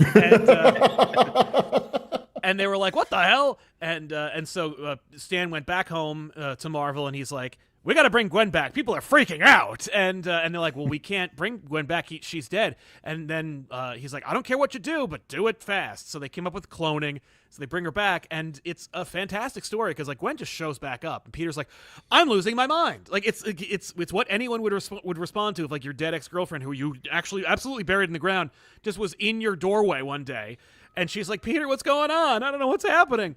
So that story fundamentally changes Spider-Man as well, but it's also only a little while after they killed Gwen Stacy anyway. But at the end of that story, that's when no, is it? Now that I'm thinking about it, it might actually be the night Gwen Stacy died. I'm trying to think of the last page. The last page of one of those stories, I think it's the night when Gwen Stacy died. Peter is sad, and he's moping, and he's in his apartment. And Mary Jane Watson comes over. in. Yeah, Mary Jane comes in, and she's like, that's "Yo." the night when Stacey died. I'm pretty sure. Okay, thank you. Because like it's amazing. She's like, "Hey, let's talk," and he's like, she's like, "Go away. Like I don't have time for your party girl attitude. Like me and Gwen Stacy were something special, and you're like a fly by night chick, whatever." And Yeah. like and Mary Jane like stands up for herself and like closes the door but doesn't leave it, and she's like, "No, I'm gonna prove to you that I am not that flighty person that you think I am." And it's like a really cool moment for everybody. Anyway, so yeah, I think Torn's a good book, and it looks good, and it's well written. But yeah, Amazing Spider-Man's a nothing burger right now. Like it's like the most recent issue. He goes to space. A ship breaks. A ship breaks. A ghost astral projection alien character shows up and goes blabbity blue, and then the issue's over. After. Like nothing is happening in these books. Literally right after they just set up this the new status quo for the totally spaced out Spider-Man and his web warriors of the galaxy, we are going to go from planet to planet, having adventures, growing stronger until I get home. Oh no, wait, we got a Venom Carnage crossover coming soon. Actually, you're going home now. And I guess I better get back to it. Also, don't pay attention to the Miles book where Anansi brings me back for a super cool cameo, because that book's coming to an end, and Ziegler's done such a good job. We want to reward him by getting to use Peter at least once. And like, I didn't read it because like I can't. Oh like, my god, does it's fun. Peter- It's fun. It's I not the read his greatest Incursion- read I've ever had. But That it's fun. Incursion book was Oh, Incursion was Unfortunate. okay. Look, I do not like to crap on It writers. starts strong, but oh boy, by the Cody end. Ziegler, man, what woof. the hell? His Like, hands Hell, it's- that were was this is tied. a lot of okay. him. Truth to tell, this is one of those books that I feel like Cody Ziegler was like made to write by Marvel. Like Marvel yeah. editorial decreed the book had to be Hey, done. you're doing great with Miles. You can do this too, right? Even though we're going to tie your hands at every turn, because these characters cannot meet each other and cannot interact Yeah. with each other. Because if so, it will break the universe that we've set up. Good luck. Yeah. Yeah, either that or like which I refuse to believe that Cody Ziegler actually has a ghostwriter, and that Incursion was Cody Ziegler himself writing the book. But I refuse to believe that. Like Miles Morales is incredible. Cody Ziegler's an incredible writer. This is one of those books, and I could be wrong, right? This is one of those books where I feel like Marvel was just like, Miles needs to remember his origin because of the fact that, I don't know, man, because They've played what with is it- that what is it, idea like Hickman several and times. them- Every run plays footsie with it with him, Yes, they maybe do. remembering, and then he doesn't until they finally did for real. Uh-huh. Yeah, no, it's not even that. It's not even that. Like, I think that this story was either conceived of or written at a time, and because I don't know when it was actually written versus when they chose to publish it. I feel Right, like did it was they- did done they at a know yet? time when Marvel was like, "Do what?" I said, yeah, did they What's know up? yet that they were bringing all of Ultimate to the end by the time they did this That's story? the thing, That was my Right, like, question, right? Because I don't I think feel they like did. I feel like it was done at a time. Yeah, I don't think they did. I feel like it was done at a time when it was like, so after the whole story with the Maker is done, the Ultimate Universe is going to get reset, and then Miles is going to go back to the Ultimate Universe, and Peter's going to be Spider-Man in the main Marvel Universe. And then Dan Buckley's like, no, he's not either because we're getting rid of it. Like the whole thing's gone. Yeah, so I feel whatever like reason. that's kind of I feel like that's why the book seems so out of place. And it seems so weird because because as it stands now, the only reason that Spider-Man Incursion even feels like it was written was for Marvel to officially say, yes, now Spider-Man or Miles Morales in continuity officially remembers everything. And here's the story you can point to make it work. Well, cool. Anansi could have done that, right? Like Yeah, in his whole God fight of with Black Stories, I Panther. unlocked Yeah, your the God of story. Stories. That's- I unlocked your story. Exactly. That's Yeah. true. And there's also two other reasons that they really need it. One, because Doom Reed Richards needs to know his actual place in the Yes. cosmic order, which is really important for Ultimates. And also, he needs to take the boxes back because that's going to be the setup for Armageddon, which seems even weirder now. Yeah, we're spinning this off into an event, even though we're ending the universe. Okay. Right? Yeah. What's My the thought. hurry? So my thought here, I think they're killing the Ultimate Universe as it exists. I think they're going to turn the Ultimate Universe into the comic book arm of the Marvel Cinematic Universe. Ugh. No thanks. I think that's what they're going to do. I think they're instead of them drawing on like existing Marvel comic stories, I think they're going to be like, if you want to read comics about what's happening in the Marvel Cinematic Universe, go read this universe. I think that's what they're going to end up doing. What a terrible plan. Right. Because you Oh, know it's a that horrible no idea. one at MCU, no one in the MCU is going, like, if they didn't acknowledge what happens in Luke Cage, they're not Right. going to acknowledge what happens in these comic books. Yeah. Oh, it's going to be it's going to be DCU. It's going to be a continuity shit, bro. Like, it's going to be really bad. And Yeah. you know, none of the original creators would want to come back and do it because they have basically said in story what a bad idea that is. I don't know if you guys read the Guardians annual they did, which is literally about them running around trying to save this dying universe. And Oh my God. characters with cosmic powers like, no, I can save it. I can keep it in this hypercube. No, that's not salvation. That's stagnation. You know, enjoy this thing that it existed. Don't try and keep it under amber. Even if you did save it, it wouldn't be the same. And I'm like, okay, so now you guys are just talking. You're talking right to me, huh? This is the hostage video. Huh? This is the gun to your head right now. Yeah, that's absolutely what they're doing. That sucks. Wow. Yeah, that does suck. Okay. Black Cat. Is anybody reading Black Cat? I'm not reading I Black Cat. read the first 2 issues, and it's fun. Read similarly to like a She-Hulk kind of book. I dig it. I think Melankov's art is great, but it's the easiest book to forget to read. I'm sorry. I'm sure who's writing it. I don't remember. I'm sure the writer feels fantastic about the fact that you can't be bothered. I do. I like the book. I think it's a good book. And again, the art's fantastic. I just keep forgetting to read it. And that's not the most egregious book that I keep forgetting to read. But G. Willow Wilson's writing it. Yeah, Oh, really? There you go. Okay. Thank you. Yeah, it's a Oh, good. wow. You know what? She does a good job. If it's G. Willow Wilson, I'll check it out. I like G. Willow Wilson. Yeah, she's dope. I gotta catch up on Poison Ivy. Have all the issues of Black Cat in a row so you don't just stop. Because after the first issue, you might go, oh, okay, and then never read it again. And just never pick it back up again. Yeah. Uh-huh. You I've need been to have guilty of that on chained. more than like a few books. I've trust definitely me. been guilty of that in a Likewise. few books. Yeah. Like, was it Punisher Red Band? I read the first 2 issues and I was like, oh my God, I forgot. I read Like, the forgot first about this. issue and went, oh, okay, I'm good. No, dude, are you okay? I actually thought it- you would love it because of how they it handled gets good. Tombstone. They go It gets nuts. really good. Okay. I thought you would, dude. Tombstone didn't do okay. anything in the first issue. I didn't care. Also, I'm not like, I like Tombstone as much as it's like, he's fantastic in the Spectacular Spider-Man cartoon. They bring The Microchip end. back. Yeah, they Yeah. bring Michael Chip back. Yeah, Punisher Okay, gets that's really, fun. really good. It gets All right. really, really good. But you have to read the Microchip Red out. Band. Don't read Yeah. like just regular Punisher. Read the No. Red Band, like the hyper-violent version. I mean, it's Yeah. clearly popular enough. Percy is getting an ongoing Punisher now, so it's actually going to keep going after this mini. So that's pretty cool. Great. Yeah. It's one of these funny things when I think of Benjamin Percy, because a part of me is just kind of like, Marvel needs to do everything they can to hold on to Benjamin Percy. Because I think the most horrifying prospect for Marvel right now is if Benjamin Percy were to leave, go over to DC, and just take over their Vertigo side. Could you imagine like a Benjamin Percy, like Swamp Thing, John Constantine, Zatanna, like all that stuff? Like that would be incredible. I don't think he's ever written any of those, but that would be I incredible. don't know. They're sure to give him a lot to do because he's also writing that new Darth Maul book that leads into the new Darth Maul animated show as well. Yeah, I think Percy's very happy at Marvel. I think he's doing very well for himself. Fair enough. Okay. Yeah. I don't know. But DC would pay better, and he'd probably be very happy over there. Yeah, I have no idea. Okay. Okay. Let's talk about the elephant in the room. Okay. Age of Revelation. Not no. Rogue Storm is good. Rogue Not a Storm's single really good. one. I tapped out on all of X-Men at X-Manhunt. I was being a good soldier. I was reading as many as I could. And then they're like, you got to read all of these now. And I'm like, I do not. I was barely holding on, even just with how much it cost me to read everything during Krakoa when I was enjoying myself. Now you're having another line-wide crossover. Thank you. Good day. I am done. Yes, sadly, this means the Gail Simone book, and I love a Gail Simone team book. That one hurt me, but I did it. Hey, you can blame Jim Shooter for that. Ever since the Mutant Massacre, Fall of the Mutants, it's been a Marvel editorial mandate that every year there be an X-Men crossover. So blame Jim Shooter. Like, rest his soul. Dude, it's been blame 50 Jim Shooter years, for that. man. Blame Jim Shooter for that. Yeah, no. Okay, I totally understand. Gail Simone's Uncanny X-Men is incredible. I love her Uncanny X-Men work. Storm from oh my god, I can never pronounce his name. Iodale. Thank you, Sal. Sal had to walk me through pronouncing this, and like when we were streaming on his channel, he had to walk me through walking this like 3 times, right?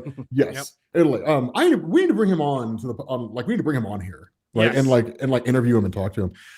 His Storm book has been nothing short of incredible since the first issue. Yeah, I hear. Are you guys reading Rogue Storm?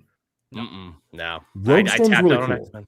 So here's the thing. Rogue Storm's cool. It's a cool concept. The idea behind Rogue Storm is you've got Rogue Green and Rogue Red.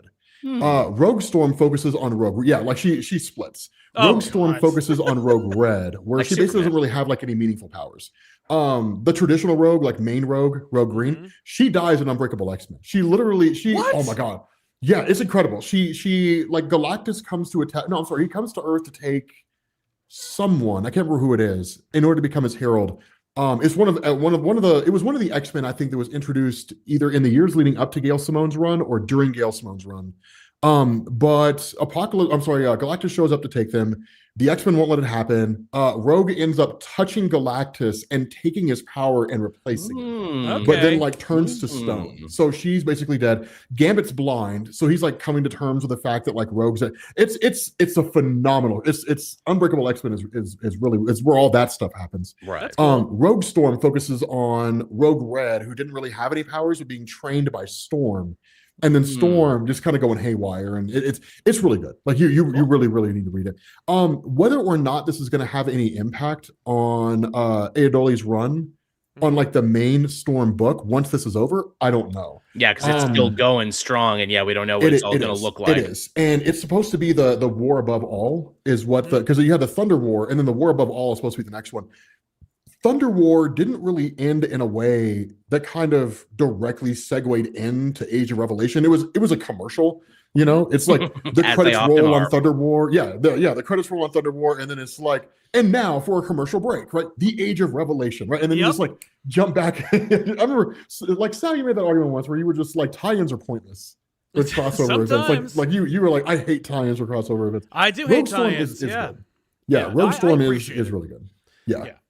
It's just this nothing they're doing here is entertaining me. Like it's just like the whole status quo for X-Men. I'm like, I'm tired, boss. I'm real tired, boss. Yeah, I'm not interested. Yeah, they're hyper pushing the X-Men in the form of crossovers. It wouldn't be a problem if it wasn't crossovers all the time.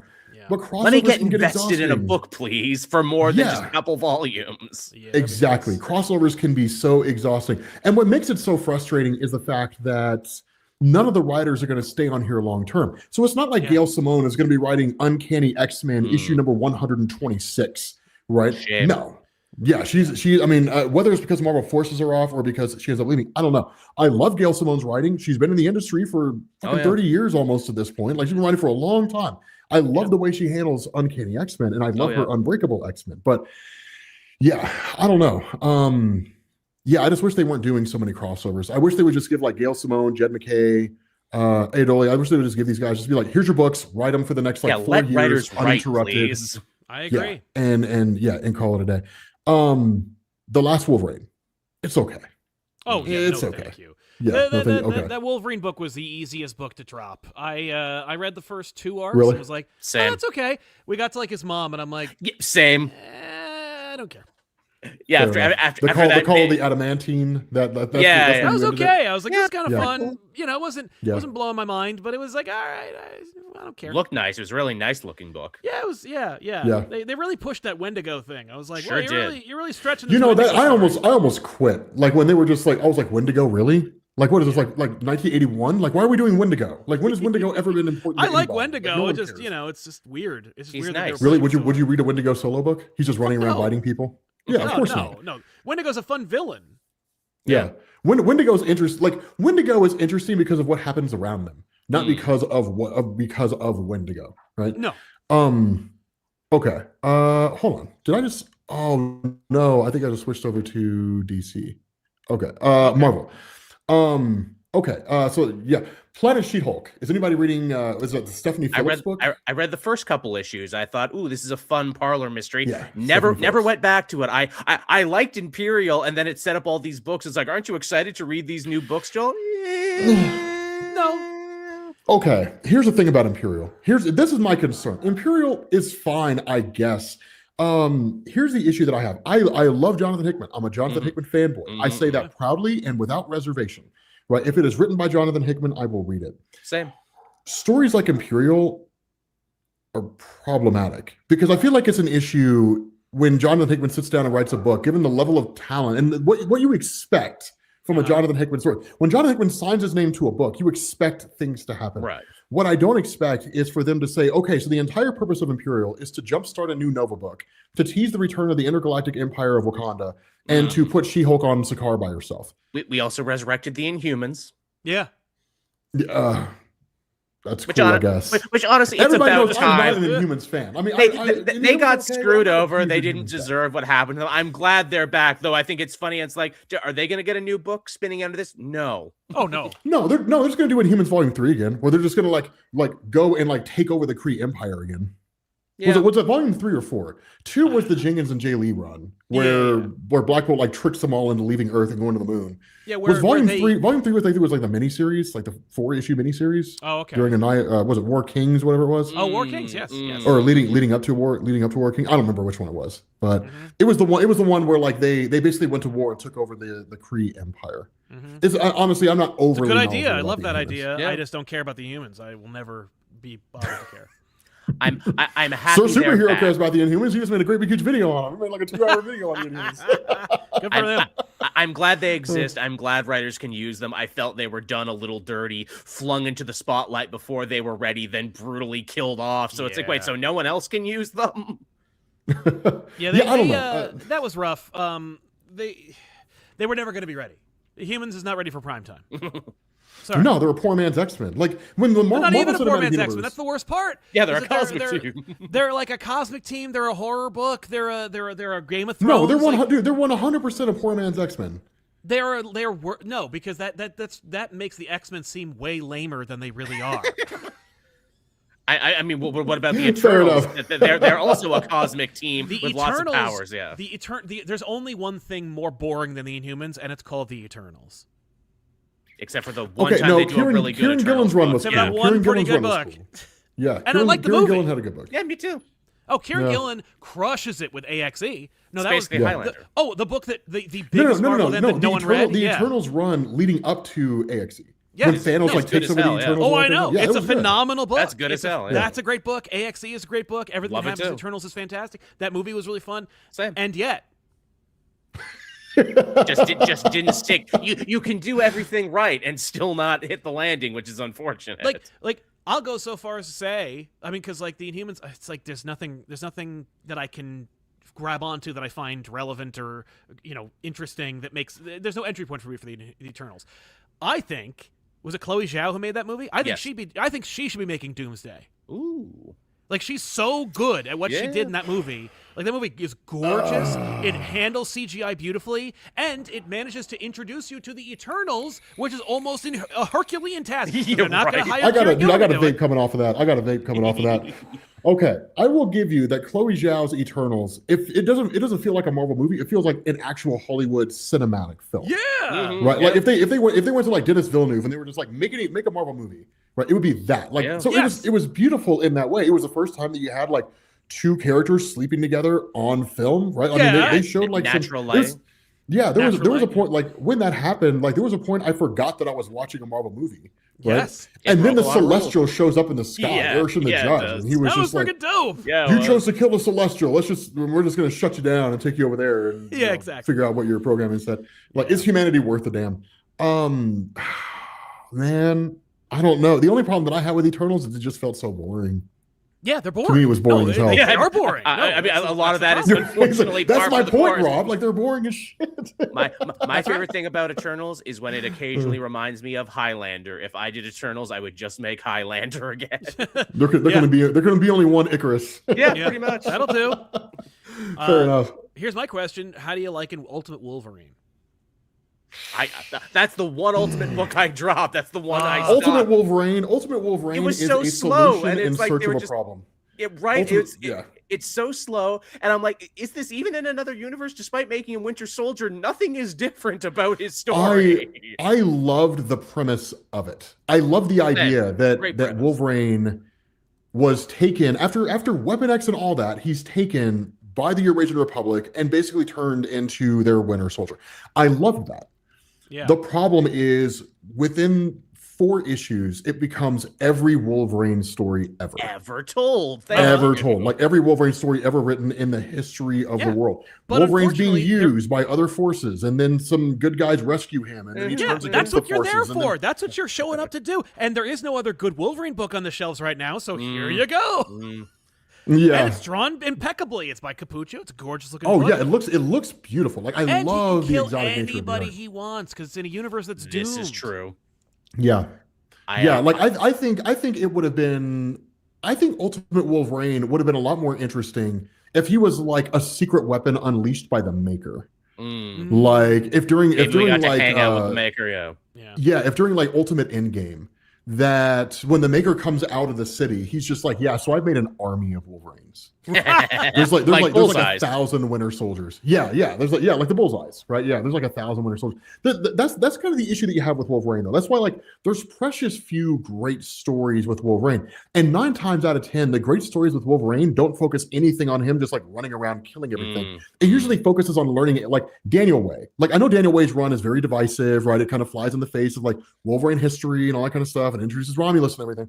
But I found it Oh, incredibly yes. fascinating because it gave me a chance to focus on the history of Wolverine in a way that hadn't necessarily been done. Because up to that point, you're talking about like Barry Windsor Smith's Marvel Presents Weapon X, right? You're talking about the Frank Miller, Chris Claremont Wolverine miniseries back in the day. But you're talking about like precious few stories that like explored his origin in a meaningful way. But I love the idea when you go into like Daniel Way's Wolverine origins that it's like this guy being a spy and knowing all the kind of things that he's known over the course of his life. He like infiltrates the White House. Right. through like a base, like through like a sewer system, right? And it's just like how that's crazy. But I loved exploring like the history of that, the idea of like Dakin and all that kind of stuff. I loved all that. Right. But Ultimate Wolverine, it's fine. It's just like I'm Wolverine. I was used by the Eurasian Republic. I was saved by what passes for the X-Men.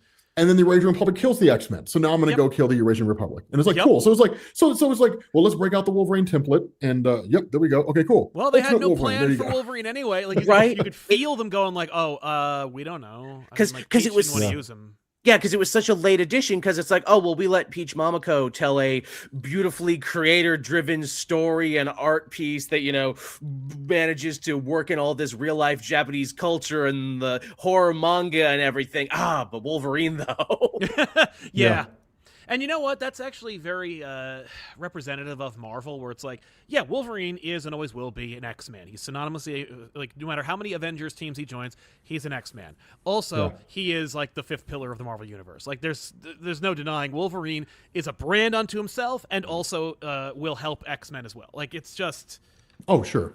Like Wolverine. There's a reason why Bendis put him on the new Avengers. Damn right. There's a reason why he was on there. And just so people don't think I'm a big hater here, Christopher Condon is actually writing my favorite hero, Green Arrow. And while it is a very slow burn, I think he's done some really good work actually on that book, even though he only got 2 volumes out of it. I really liked Freshwater Killer.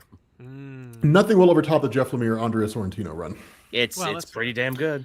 Yeah, I'm sorry, everybody. Like, I don't mean to tear down any writers, but nothing's ever going to top that run. It looked beautiful, and it was written beautiful. I don't know. It's going to be my favorite all world. Okay, so you guys basically skipped over the entirety of Age of Revelation. So Omega Kids, I'm not reading that. Apparently Black Panther Intergalactic. So they're relaunching the Intergalactic Empire of Wakanda. Actually tomorrow. With issue number 1.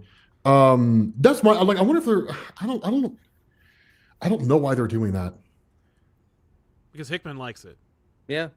But Hickman's not writing the Intergalactic. He's not writing Intergalactic. No, it's Victor Laval. There.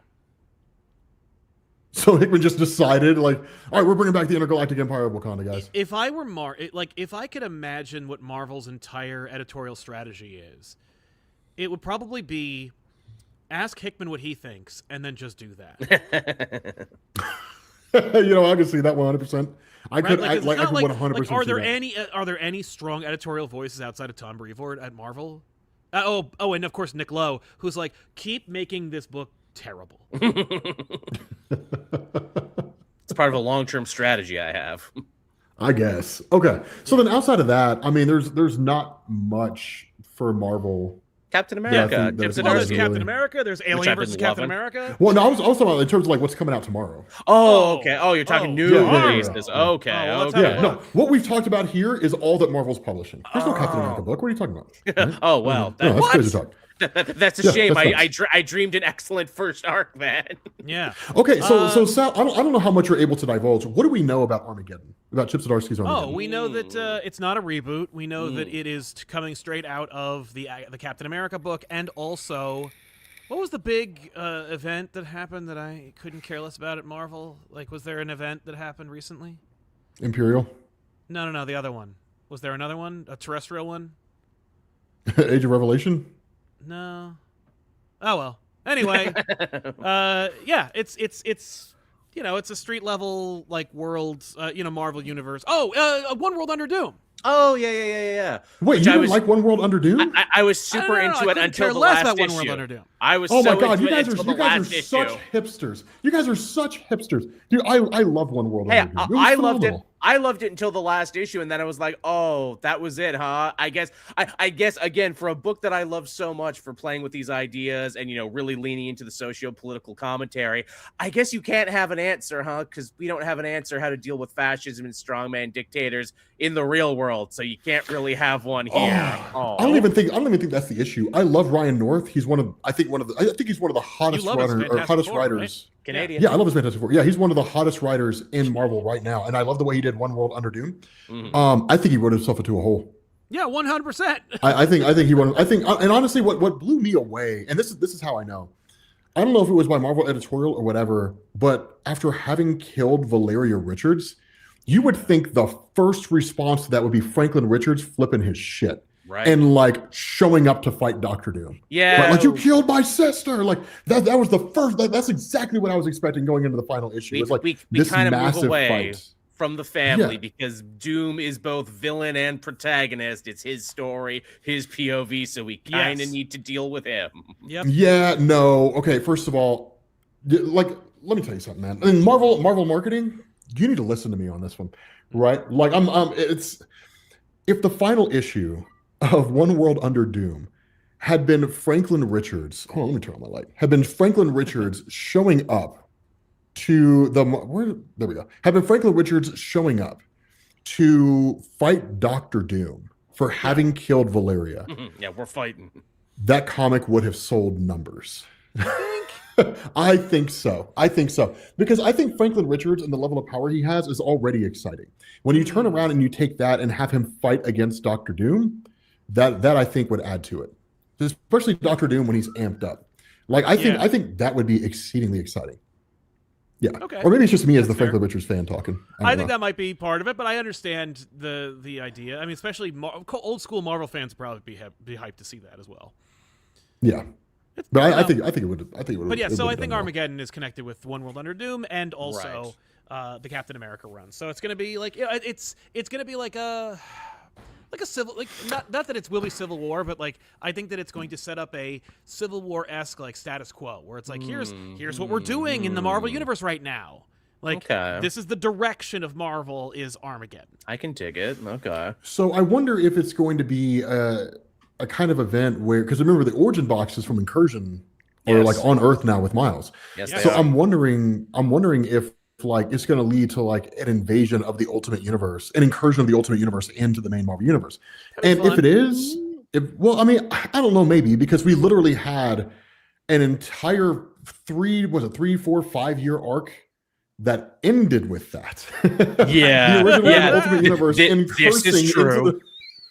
Cursing into the main Marvel universe. That being said, I mean, it was really more it was we have yet to have an instance where it's like a oh my god, what am I thinking? Forever Evil type of storyline in Marvel.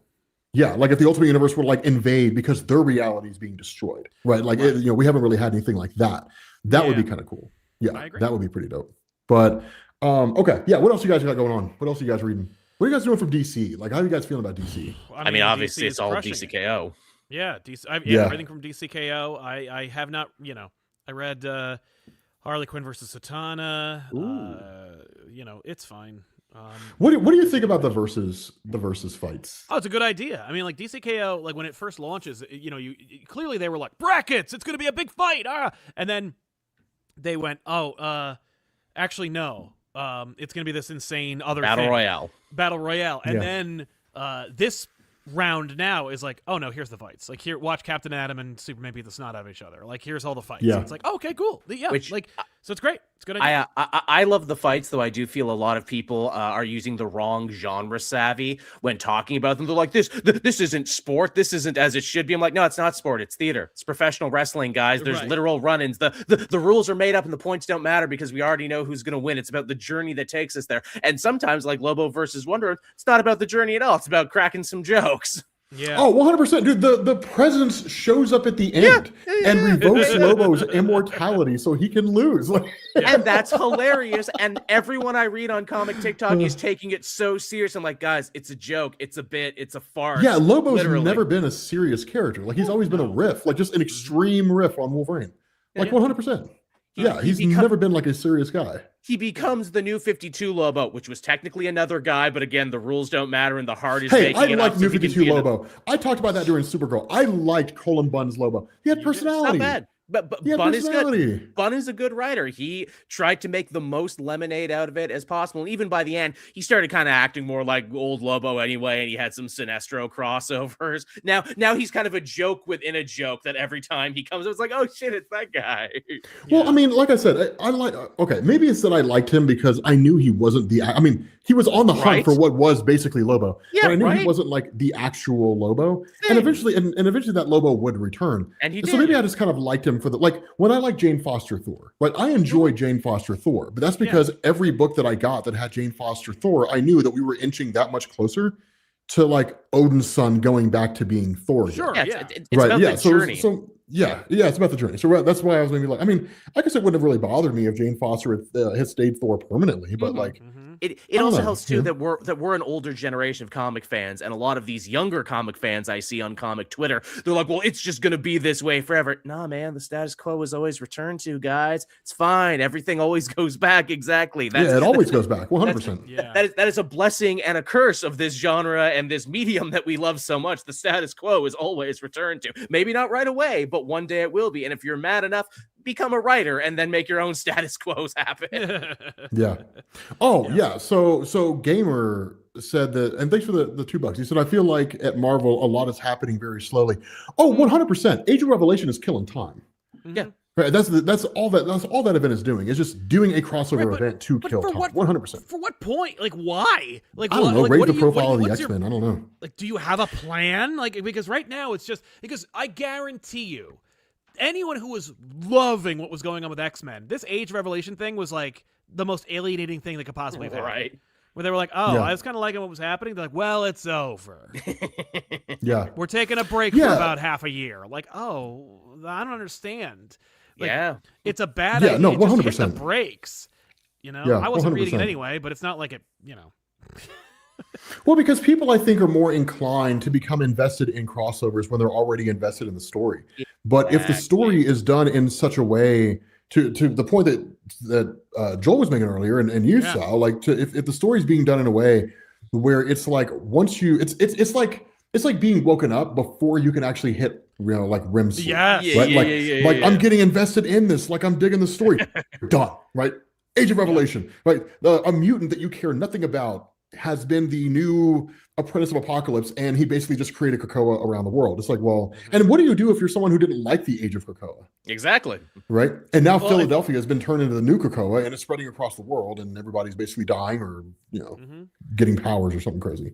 Yeah. It's Yeah. giving people off ramps. Me and Sal talked about this all the time back on Elseworlds Exchange, where it's like if you give fans a chance for an off ramp, most of the take time it. they take it. Yeah. Yeah, they It's take like it, exactly. If Daredevil like stands on a gargoyle and goes, "I've made it," you're gonna lose all your Daredevil fans. They're all gonna stop reading because they're gonna go, "Thank you, I can stop. I can go outside now. Like I could just call. I can hang it up. Like you can't give them an off ramp."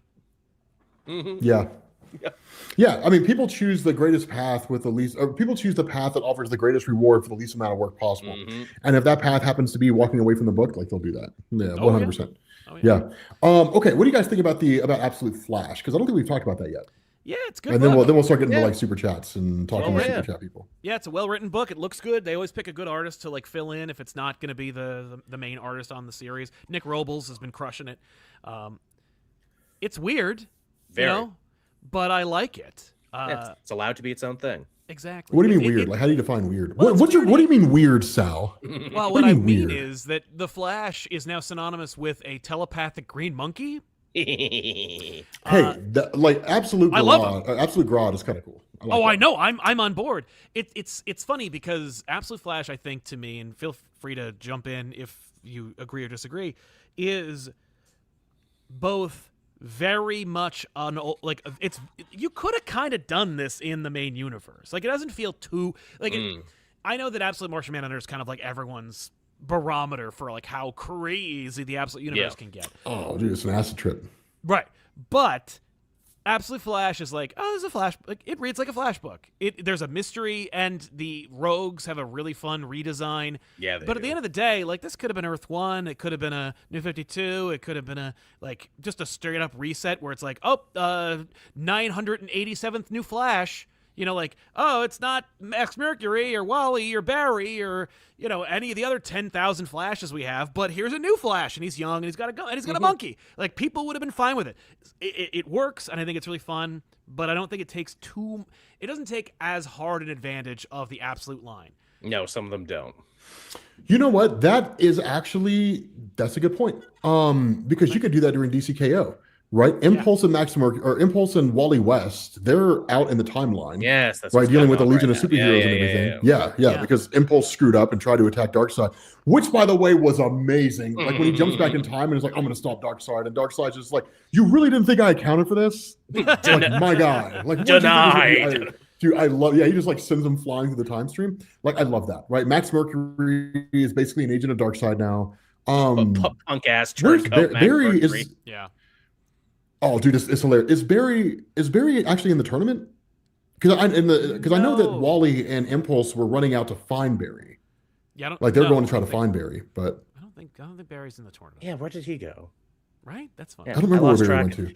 Anybody in the chat remember where Barry went to? It's confusing because on the JLU Watchtower now you have multiple time displaced versions of characters, so I think I see them only to be like, no, that wasn't them, that was actually someone else. Yeah, I did love the whole thing of Guy Gardner coming back and talking to what was it, Dove? I think.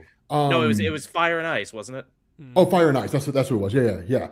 And just kind of like, it's me. Like we're still in love, right? Like we're still banging and that kind of thing. And she's like, no, like I didn't no. And she doesn't even get mad. She's just disappointed. Like, I can't handle this on top of the end of the world. And when he leaves, he cries. And I'm just like, oh, this is why people like Guy Gardner. It's the hidden depth you wouldn't expect. Oh, I know that Jake Garrick's in the tournament. Yes, he is. Did Barry lose his powers at the end of Absolute Power when he shut off the multiverse? Yes, he did. Yeah. Oh, okay. And he's he's the wraparound story for the new history of the DC universe. Yes, that's right. Which I am not reading. Well, it's over. You know why? Okay, you know why I refuse to read that? Because I made that video series, The History of the Marvel Universe, and then what happens? Marvel turns right back around like 2 years later. Guess what, guys? We made a series called The History of the Marvel Universe. And then DC's like, guess what, guys? There's a history of the DC Universe. Despite you specifically. Despite me specifically. Because I'm so overwhelmingly important that Marvel just has to rip off my ideas. Yeah. But no, I was like, I'm just a little saucy. That's because fair. of that. Okay, how do we feel about DCKO as a whole? And then we'll start going over. We'll start doing super chats. It's working. It's dope. You feeling it? Having a lot of fun of it, though I am slightly annoyed by the reaction from other people who are so dedicated to power scale this and make it something that it's not, when the book could not be yelling harder. It's not about that. It is about character. It is about these moments. It is about, not giving in to your worst impulses. Oh, were you talking about people who were just like, no way, like there's no way Wonder Woman could beat Lobo? Yes. Right, yes. or something like that. Yes, the nonstop power scaling in a book where it's like, it is not about that, guys. Okay. I know you might have been sold that, but if you read the book, it's not about that. Also, it's a Superman story. This is building out of what Williamson has been doing in Superman for, again, over a year. I can't imagine a scenario wherein everyone loses and the villains are like, yeah, I bet if you won, you would just put the world back exactly as it was, because we can't all be Superman now, can we? Dude, I love that speech of Lex Luthor. That was great. And then Captain Adams does it again. Speech. Yeah, Captain Adams does it again. Okay, here, to their credit, right? To the power, and I don't usually like to side with power scalers, right? They cook the books, that kind of thing. Yeah, of course. The whole Captain Adam Superman thing. No way would Superman have beat Captain Adam. Like you will never convince me Superman could have beat Captain Adam. But he always blows up though, Captain Adam. He even says it in the book. I have no control over my life. It's like he's like the thing that happens in Kingdom Come. It's how the conflict ends. He explodes and wipes out Kansas. So So I get he's a huge credible threat.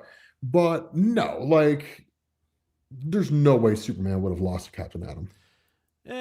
So here's the thing: all the power scalers out there. Superman would not. Superman beat Captain Adam. Captain Adam sucks. No, it's like for all you power scalers out there, if you believe that Captain Adam would have beat Superman, you are correct. And anybody who tells you otherwise is clearly just making up lies. And that's all you have to do. All you have to do is just respond and just say like you're clearly lying. And but Monarch on the other hand, God, I freaking loved that deep pool. I literally was like, no freaking way they remembered Monarch. That's Josh. He knows. He remembers that period. Yeah. What a guy. Okay. Okay, let's go over some super chats and then we're gonna peace out. We're going almost like Let's do 2 it, baby. hours. Yeah. Okay. So Yeah, just go OB to click on that Sim star. says, section. I love all. How are you all doing? How are you all doing? We are doing fine. I'm man. doing really good. Thank you for asking. Thank you. Awesome. Okay. So holy shit, Tevia? Yes. Tevia Smolka? Wow. Dude, Never this guy's far. been here day one. Never far. Since day one. Okay. Why Marvel and Ultimate? Because Dan Buckley decided to. Literally nobody knew it was going to happen until Dan Buckley, the president No, of the Marvel, writers decided. didn't know. Yeah. Yeah, the Weird writers didn't even choice. know. They were surprised at like the Marvel I Summit. know. Hickman literally turned to Dan Buckley and was like, "What? What are you Yeah. talking about?" Yeah. Weird, move, bonehead weird move. choice. Don't get it. Don't get it at all. They Yep. they will suffer for this. I'm sure they Yep. will. If this was DC, it'd be a fireable offense, but at Marvel, he'll just get more. He'll just get another advancement, I'm sure. Yeah. Yeah. Okay. The Chocobo Kid, the weekly pullback. Oh my God, I forgot about Splooge. Indeed. Indeed Wow. it is. Splooge. Yeah, Splooge. Splooge. it's been- Splooge. It's been a while. I don't think. think there's been anything that's been splooge worthy, really. No. Storm has. Storm has been splooge worthy. That's fair. Yeah. Eternity going to the one above all and saying, "Father, will you help us with this?" And he was like, Yeah. No. "No, I have." Okay. You know what that ever reminded me of? You guys ever see what was that movie with Mel Gibson? Where he was Braveheart. he was trying to get back like 70 grand. Oh, Payback? payback. Yeah. Payback. Yeah. Remember that scene when what's his name? The blonde guy that shot him, when he goes to visit like his boss, whatever it is, and he was just like, if you were to handle this yourself, right, it would leave no doubt that you're the kind of man that we want. And that was like the conversation between like the one above all in eternity. It's like, Yeah. if you were to handle this yourself eternally, it would leave no doubt you're the kind of cosmic entity that we want in our, Yeah. in our higher pantheon. Okay. Sirloin of Ice. Hey, Rob, remember the time that you tried to make a World War II documentary? I did. I had to take it down because it had fascist German imagery, and YouTube was like, "No, we don't care We whether need it's to historically pretend relevant that or never not." happened. Yep. Yeah. The Spider-Man Brand New Day. Yeah, we saw it. We were actually talking about that earlier. Yeah, and so- and Sony at this point is now just issuing DMCA takedowns. So like be left and right. careful. Sony, like Disney, Marvel, Sony and Warner Brothers, they don't care. They will No axe. way. Like they will strike it without a second thought. 100%. Yeah, they don't give a shit. Shout out to Tevia, another day one. So shout out to you Hey. guys for the day one weekly poll days. Good to see you, man. Wow, that's kind of nuts. Mhm. What's okay? Sirloin of Ice. Sal, what's your opinion on Andor? That's probably the best thing Star Wars has put its name on since like Return of the Jedi. Yeah. Fair enough. Okay. There's never more than 12. The Black Gay Comic Geek says, "My favorite people." Hey. Thank Aw, you. And Thanks. hey, thank you so much. Good to see That's you. awesome. Oh, here's a throwback. Krakakoom. That was Biddy's thing, wasn't it? Man. It was. It's Yeah, that was Biddy's huge Oh. thing. That's an awesome Proprietary. shout out. Thanks, man. That's an awesome shout out. Okay. Gearless Mo, seeing the three amigos talking about the books we care about was not on my bingo card for today. So happy to see it. Well, we are happy to be here. You Bro. earned Like it. we are 100% happy to be here. Thank you. Thank you.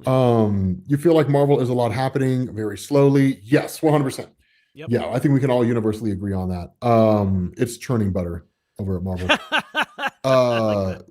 Synapse Media, keep up the great content, boys. We will. Aw, Thank you. We 100% will. And in fact, Absolutely. Sal and Joel will tell you guys where to find their content here in a minute. yeah. Top 5 favorite comic book drawing artists you're now. Oh man. Ah, I All right, feel like I need to am I think having a believe someone stroke else. or is it written that way? it's written that way. It might be a language. Okay, I just want to make sure I wasn't like having a We got freaking the out. buddy love. Okay.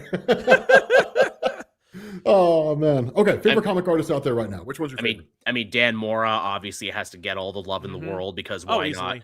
not? Dude's at the top of his game, top of his power right Yeah. now. No, Morris crushing it. Fair enough. For that, in that same vein, Jorge Jimenez is crushing it. Mm. Loving what they're doing. Hayden Sherman is amazing. Love what they're doing as well. Let's see here. Oh, Daniel Warren Johnson at any time. Oh God, yes, of course. You know, awesome to watch. Pepe Larraz is the best thing about Amazing Spider-Man right now. Oh, dude, he's phenomenal. My favorite right now is probably Adrian Gutierrez on World's Finest. I love the way That's the art fair. on that comic looks. I love the way. I mean, Dan Moore. I think is Dan Moore doing the covers? Yes, On I that? think so. Okay, yeah, I love Gutierrez art in that comic.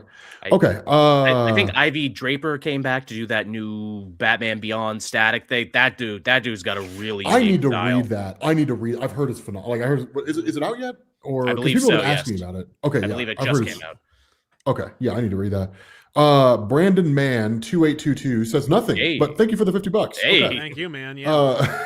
Make it rain. Pikachu, if you could make a specialty TCG set, what Ooh. DC and Marvel story would you pick?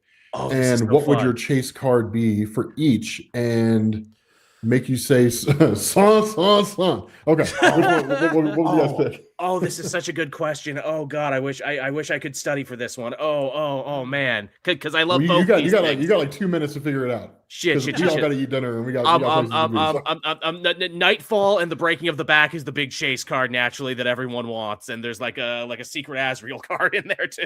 Ooh. I'm okay. glad you know this because I have no idea what they're talking about in this question. Trading card What? game. That's TCG. Oh, That's okay, trading card game. Oh, cool. Okay, cool. I see you guys ain't nerdy like that. You ain't a collectible card nerdy like No, Let me tell you I something, man. anymore. I didn't know that tabletop games were still a thing until myself and Benny went to PAX East. No, PAX That's East, the place. like 7 or 8 years ago, Yeah. and like the tables were full of people. Oh, Like there was just yeah. a whole section of nothing but tabletop games. And I was like, Warhammer's is there- popping off now. D&D's Yeah, never I was been like, bigger. I was like, dude, is there like a tabletop revival? And Benny was like, what are you talking about, man? It never went away. And I was like, Magic the okay. Gathering is doing like Avatar and Final Fantasy now. It is such an insane time to be alive. Mariah was talking about that. She wants to get into Magic because of Avatar: The Last Airbender. Mm-mm. Okay. Like a maximum carnage. Wait, this is Mopey? Wow, Mopey Oh, is OG. hey, Mopey's hey. OG double. Oh OG. man, good to see you again. What up? Just sending the best to the boys. Thank you, Mopey. Thanks, God, man. you've been around here for like a decade. Jesus. Warm. Fun brain game. I don't know if we have time for a brain game. Take one Marvel hero, put it into the Absolute Universe. One DC hero, put it into the current Ultimate Universe. What would that mean? Oh, Absolute Batman, the current Ultimate Universe right now. That dude's gonna clean house. I'm just throwing it out there. But that guy is gonna take care of business. Do what? Or I was gonna say, I mean, take the Ultimates and put it in Dennis Camp's other book because he's the one guy writing both right now. Oh, so I yeah. mean, that would be fun. Yeah, I don't know if I want to see the Ultimates in Absolute Martian Manhunter. Mhm. I feel like it's difficult enough to keep track of like two It really guys in that is. comic. Yeah. Keeping track of a team of like 50 people, it would be absolute Yeah, insanity. in that book. No. and all the different time displaced Iron Lads. Oh my Yeah, god. and at this point, all the book deals with is just like the physical representation of emotions, right? Like what happens when people are like firing off energy blasts and somebody has the Infinity Gauntlet, right? I mean, that thing is gonna look like Vincent Van Gogh's paintings at the end of his life. That's fair. Guy had Alzheimer's. Guy had schizophrenia. It's gonna look insane. Yeah. Okay, yeah, that's is that our vote? Spider-Man and Batman that we would Yeah. switch. Sure. Let's Why do not? it. They'd have a great time. Cool. Hulk versus Superman. Whoever's Okay, writing apparently it. that is a statement. Hulk That's versus all. Superman. That's Hulk versus Superman. Thanks for letting us know that idea exists, Brandon. Yeah, Like, I appreciate America.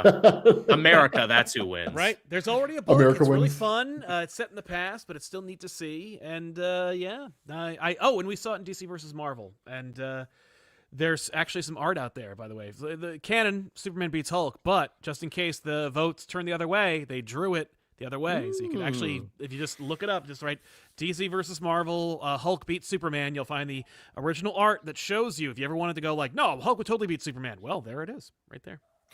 Do we know if the Superman Spider-Man crossover book, if that's a physical only book?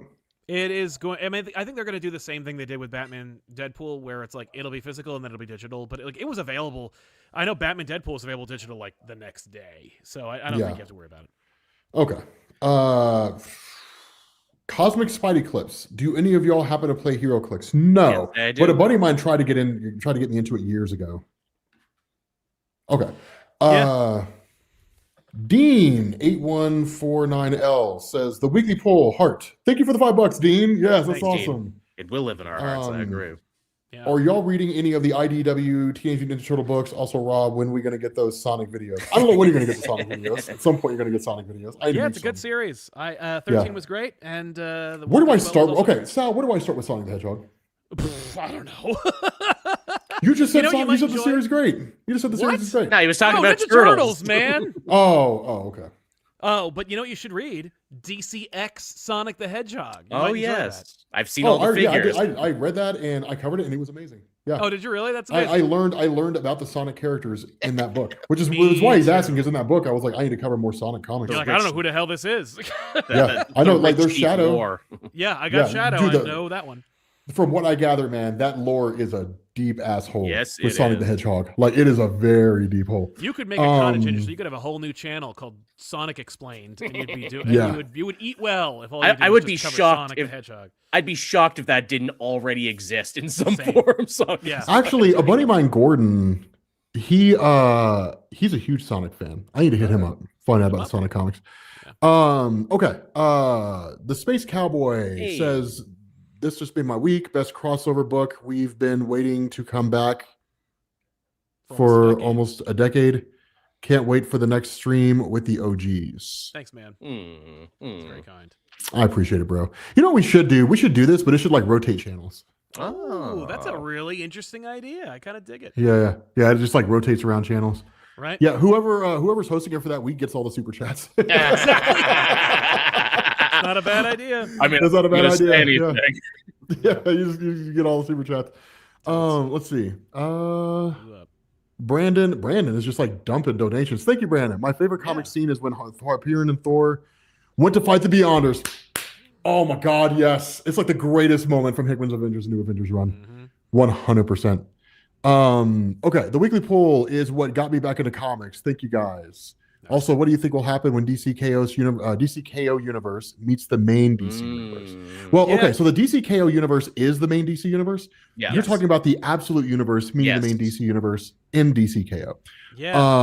I don't Also know, man. Sub-Zero I and don't know. Homelander. Yeah, except for the Sub-Zero and when- him. when Well, Samantha the they Bear did shows up. say they did say KO is not going to like disrupt the current story, like the writing of what's happening in the absolute universe, right? That's right. That's right. Okay. Which probably for the best. Yes. Oh, 100%. Yeah, it's the worst thing they could have done. Yeah, No, Change right. the direction of the absolute universe because of DCKO. That's what we've been Yeah. saying. Hey, you've been liking these stories? Well, screw you, event time. Yeah, exactly. This Yeah. is an X-Men. Yeah, exactly.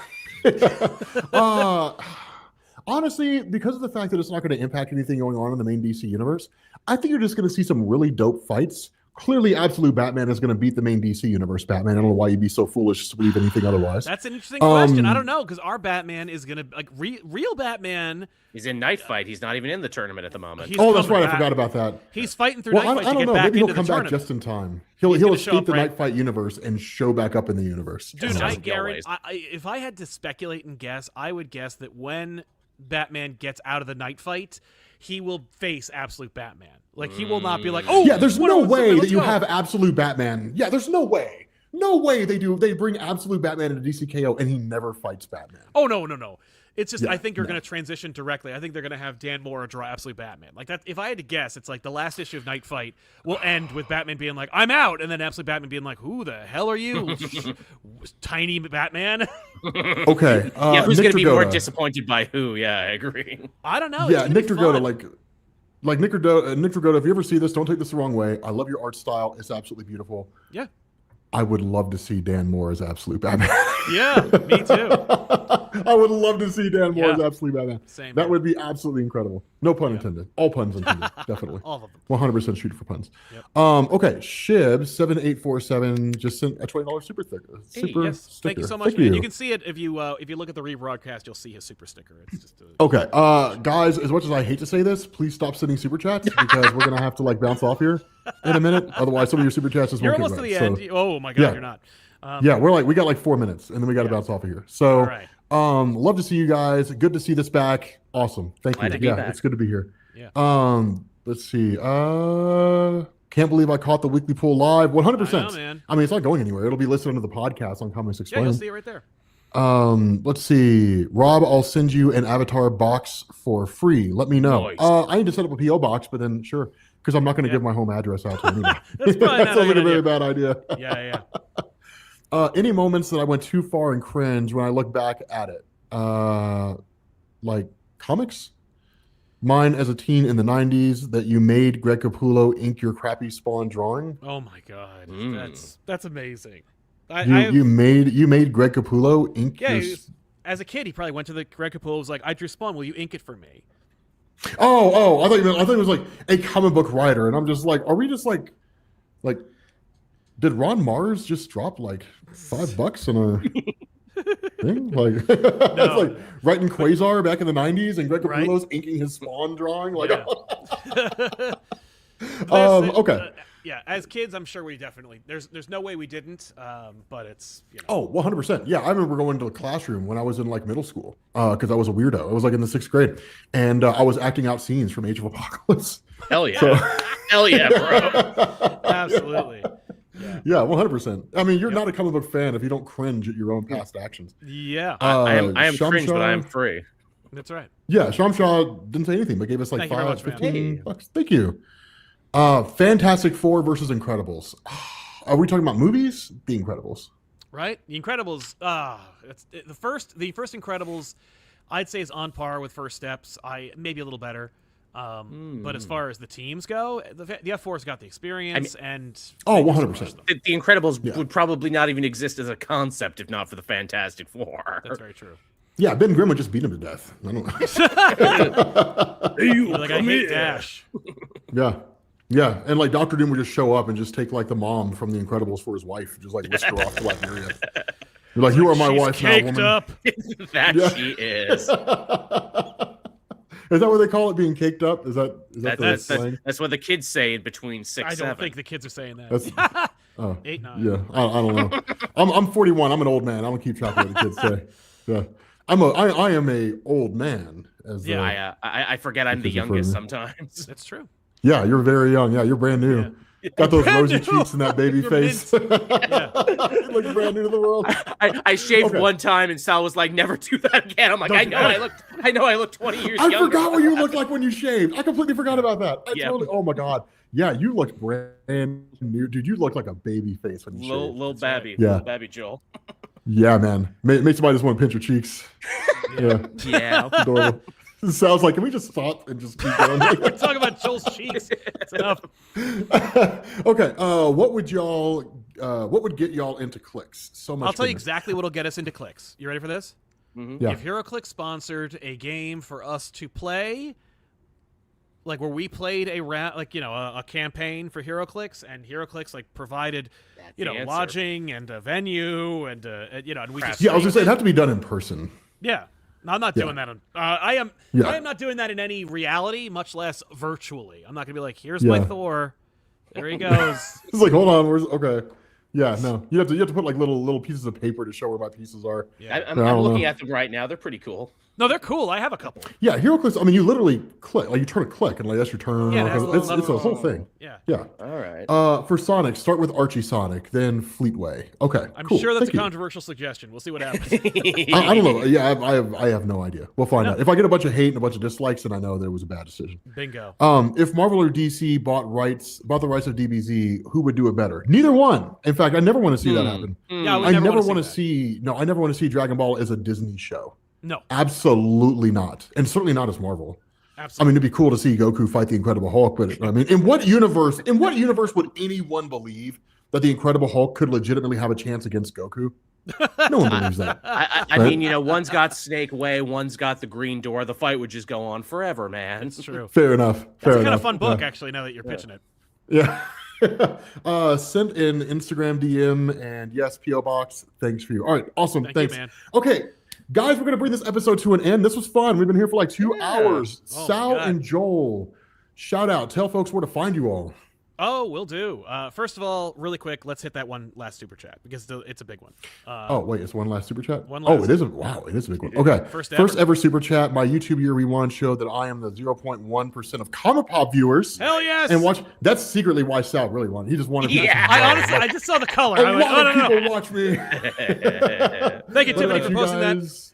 More than I talk to my parent. You watch us more than you talk to your parents. That's kind of messed up. I don't know your relationship with your parents. Oh yeah, who knows? I better be a good role I spend model, more time watching you guys than I do taking care of my children. Ooh, I don't know about that. Yes. But thank you. Just got a good job and wanted to show some love. Thank you for sharing that. Congratulations, sir. Congratulations That's on getting a new fantastic. job. That's awesome. That's dope. Yes. So check us out. I'm my whole thing is called Comic Pop. We have 2 channels, actually 3 channels, but Comic Pop is where we launch our show Back Issues, where it's me and 2 other people just kind of breaking down a story and having some fun, making some jokes. And we have a podcast channel, very not too similar to this kind of thing we do on a regular basis over on Comic Pop Returns, which is just named that arbitrarily. I just was like, names don't matter. I remember consulting Benny, and I was like, what should we call the new channel? He's like, who cares? Nobody cares. Just call it anything. That's what I thought. I saw Comic Pop Returns. And I was like, when did he go away? Like, yeah, but that made you think, right? And then it did. Actually, it caught my what's attention. funny, when we launched it, I had Chip Zdarsky come on the show, and he was like, "So you're gonna launch another channel called Comic Pop Forever, and then Comic Pop and Robin?" And I was like, "Don't tempt me." But so we did that one, and Comic Pop Plays is where my wife Tiffany plays video games like Marvel Cosmic Invasion and stuff. So check out that channel as well if you're interested in adding a whole bunch of channels to your subscription feed. Dope. Joel? Oh yeah, I guess I'll go. All right, well, let's go ahead and bring the podcast to an end. Shut up, Joel. Shut up, Joel. Let's go. His spirit lives on. His spirit lives on. I wasn't gonna do it until you teed me up. I'm like, all right, let's. There you go. You can find me at Cape Joel. I do daily reviews, pretty much. I have a podcast, the Comic Multiverse. I do with my friend from Australia, Matt, and we've been experimenting with movie podcasts too. We do a thing now called the Multiverse Movie Club. We're launching a new episode Christmas Day. We're talking about Gremlins in the spirit of the season. Nice, excellent, awesome. All right, well, guys, we're gonna bounce off here. This was fun. Yeah. Thank you, okay, Rob. we need to Thank figure you out for who's this gonna host idea. this That was a lot next. of fun. We need to figure out whose channel is gonna get the next episode. Like coming home again. Probably. We'll figure it out before the next one. But yeah, guys, this was awesome. Thanks for coming out, and yeah, we will catch you all later. Peace. Peace. Bye-bye.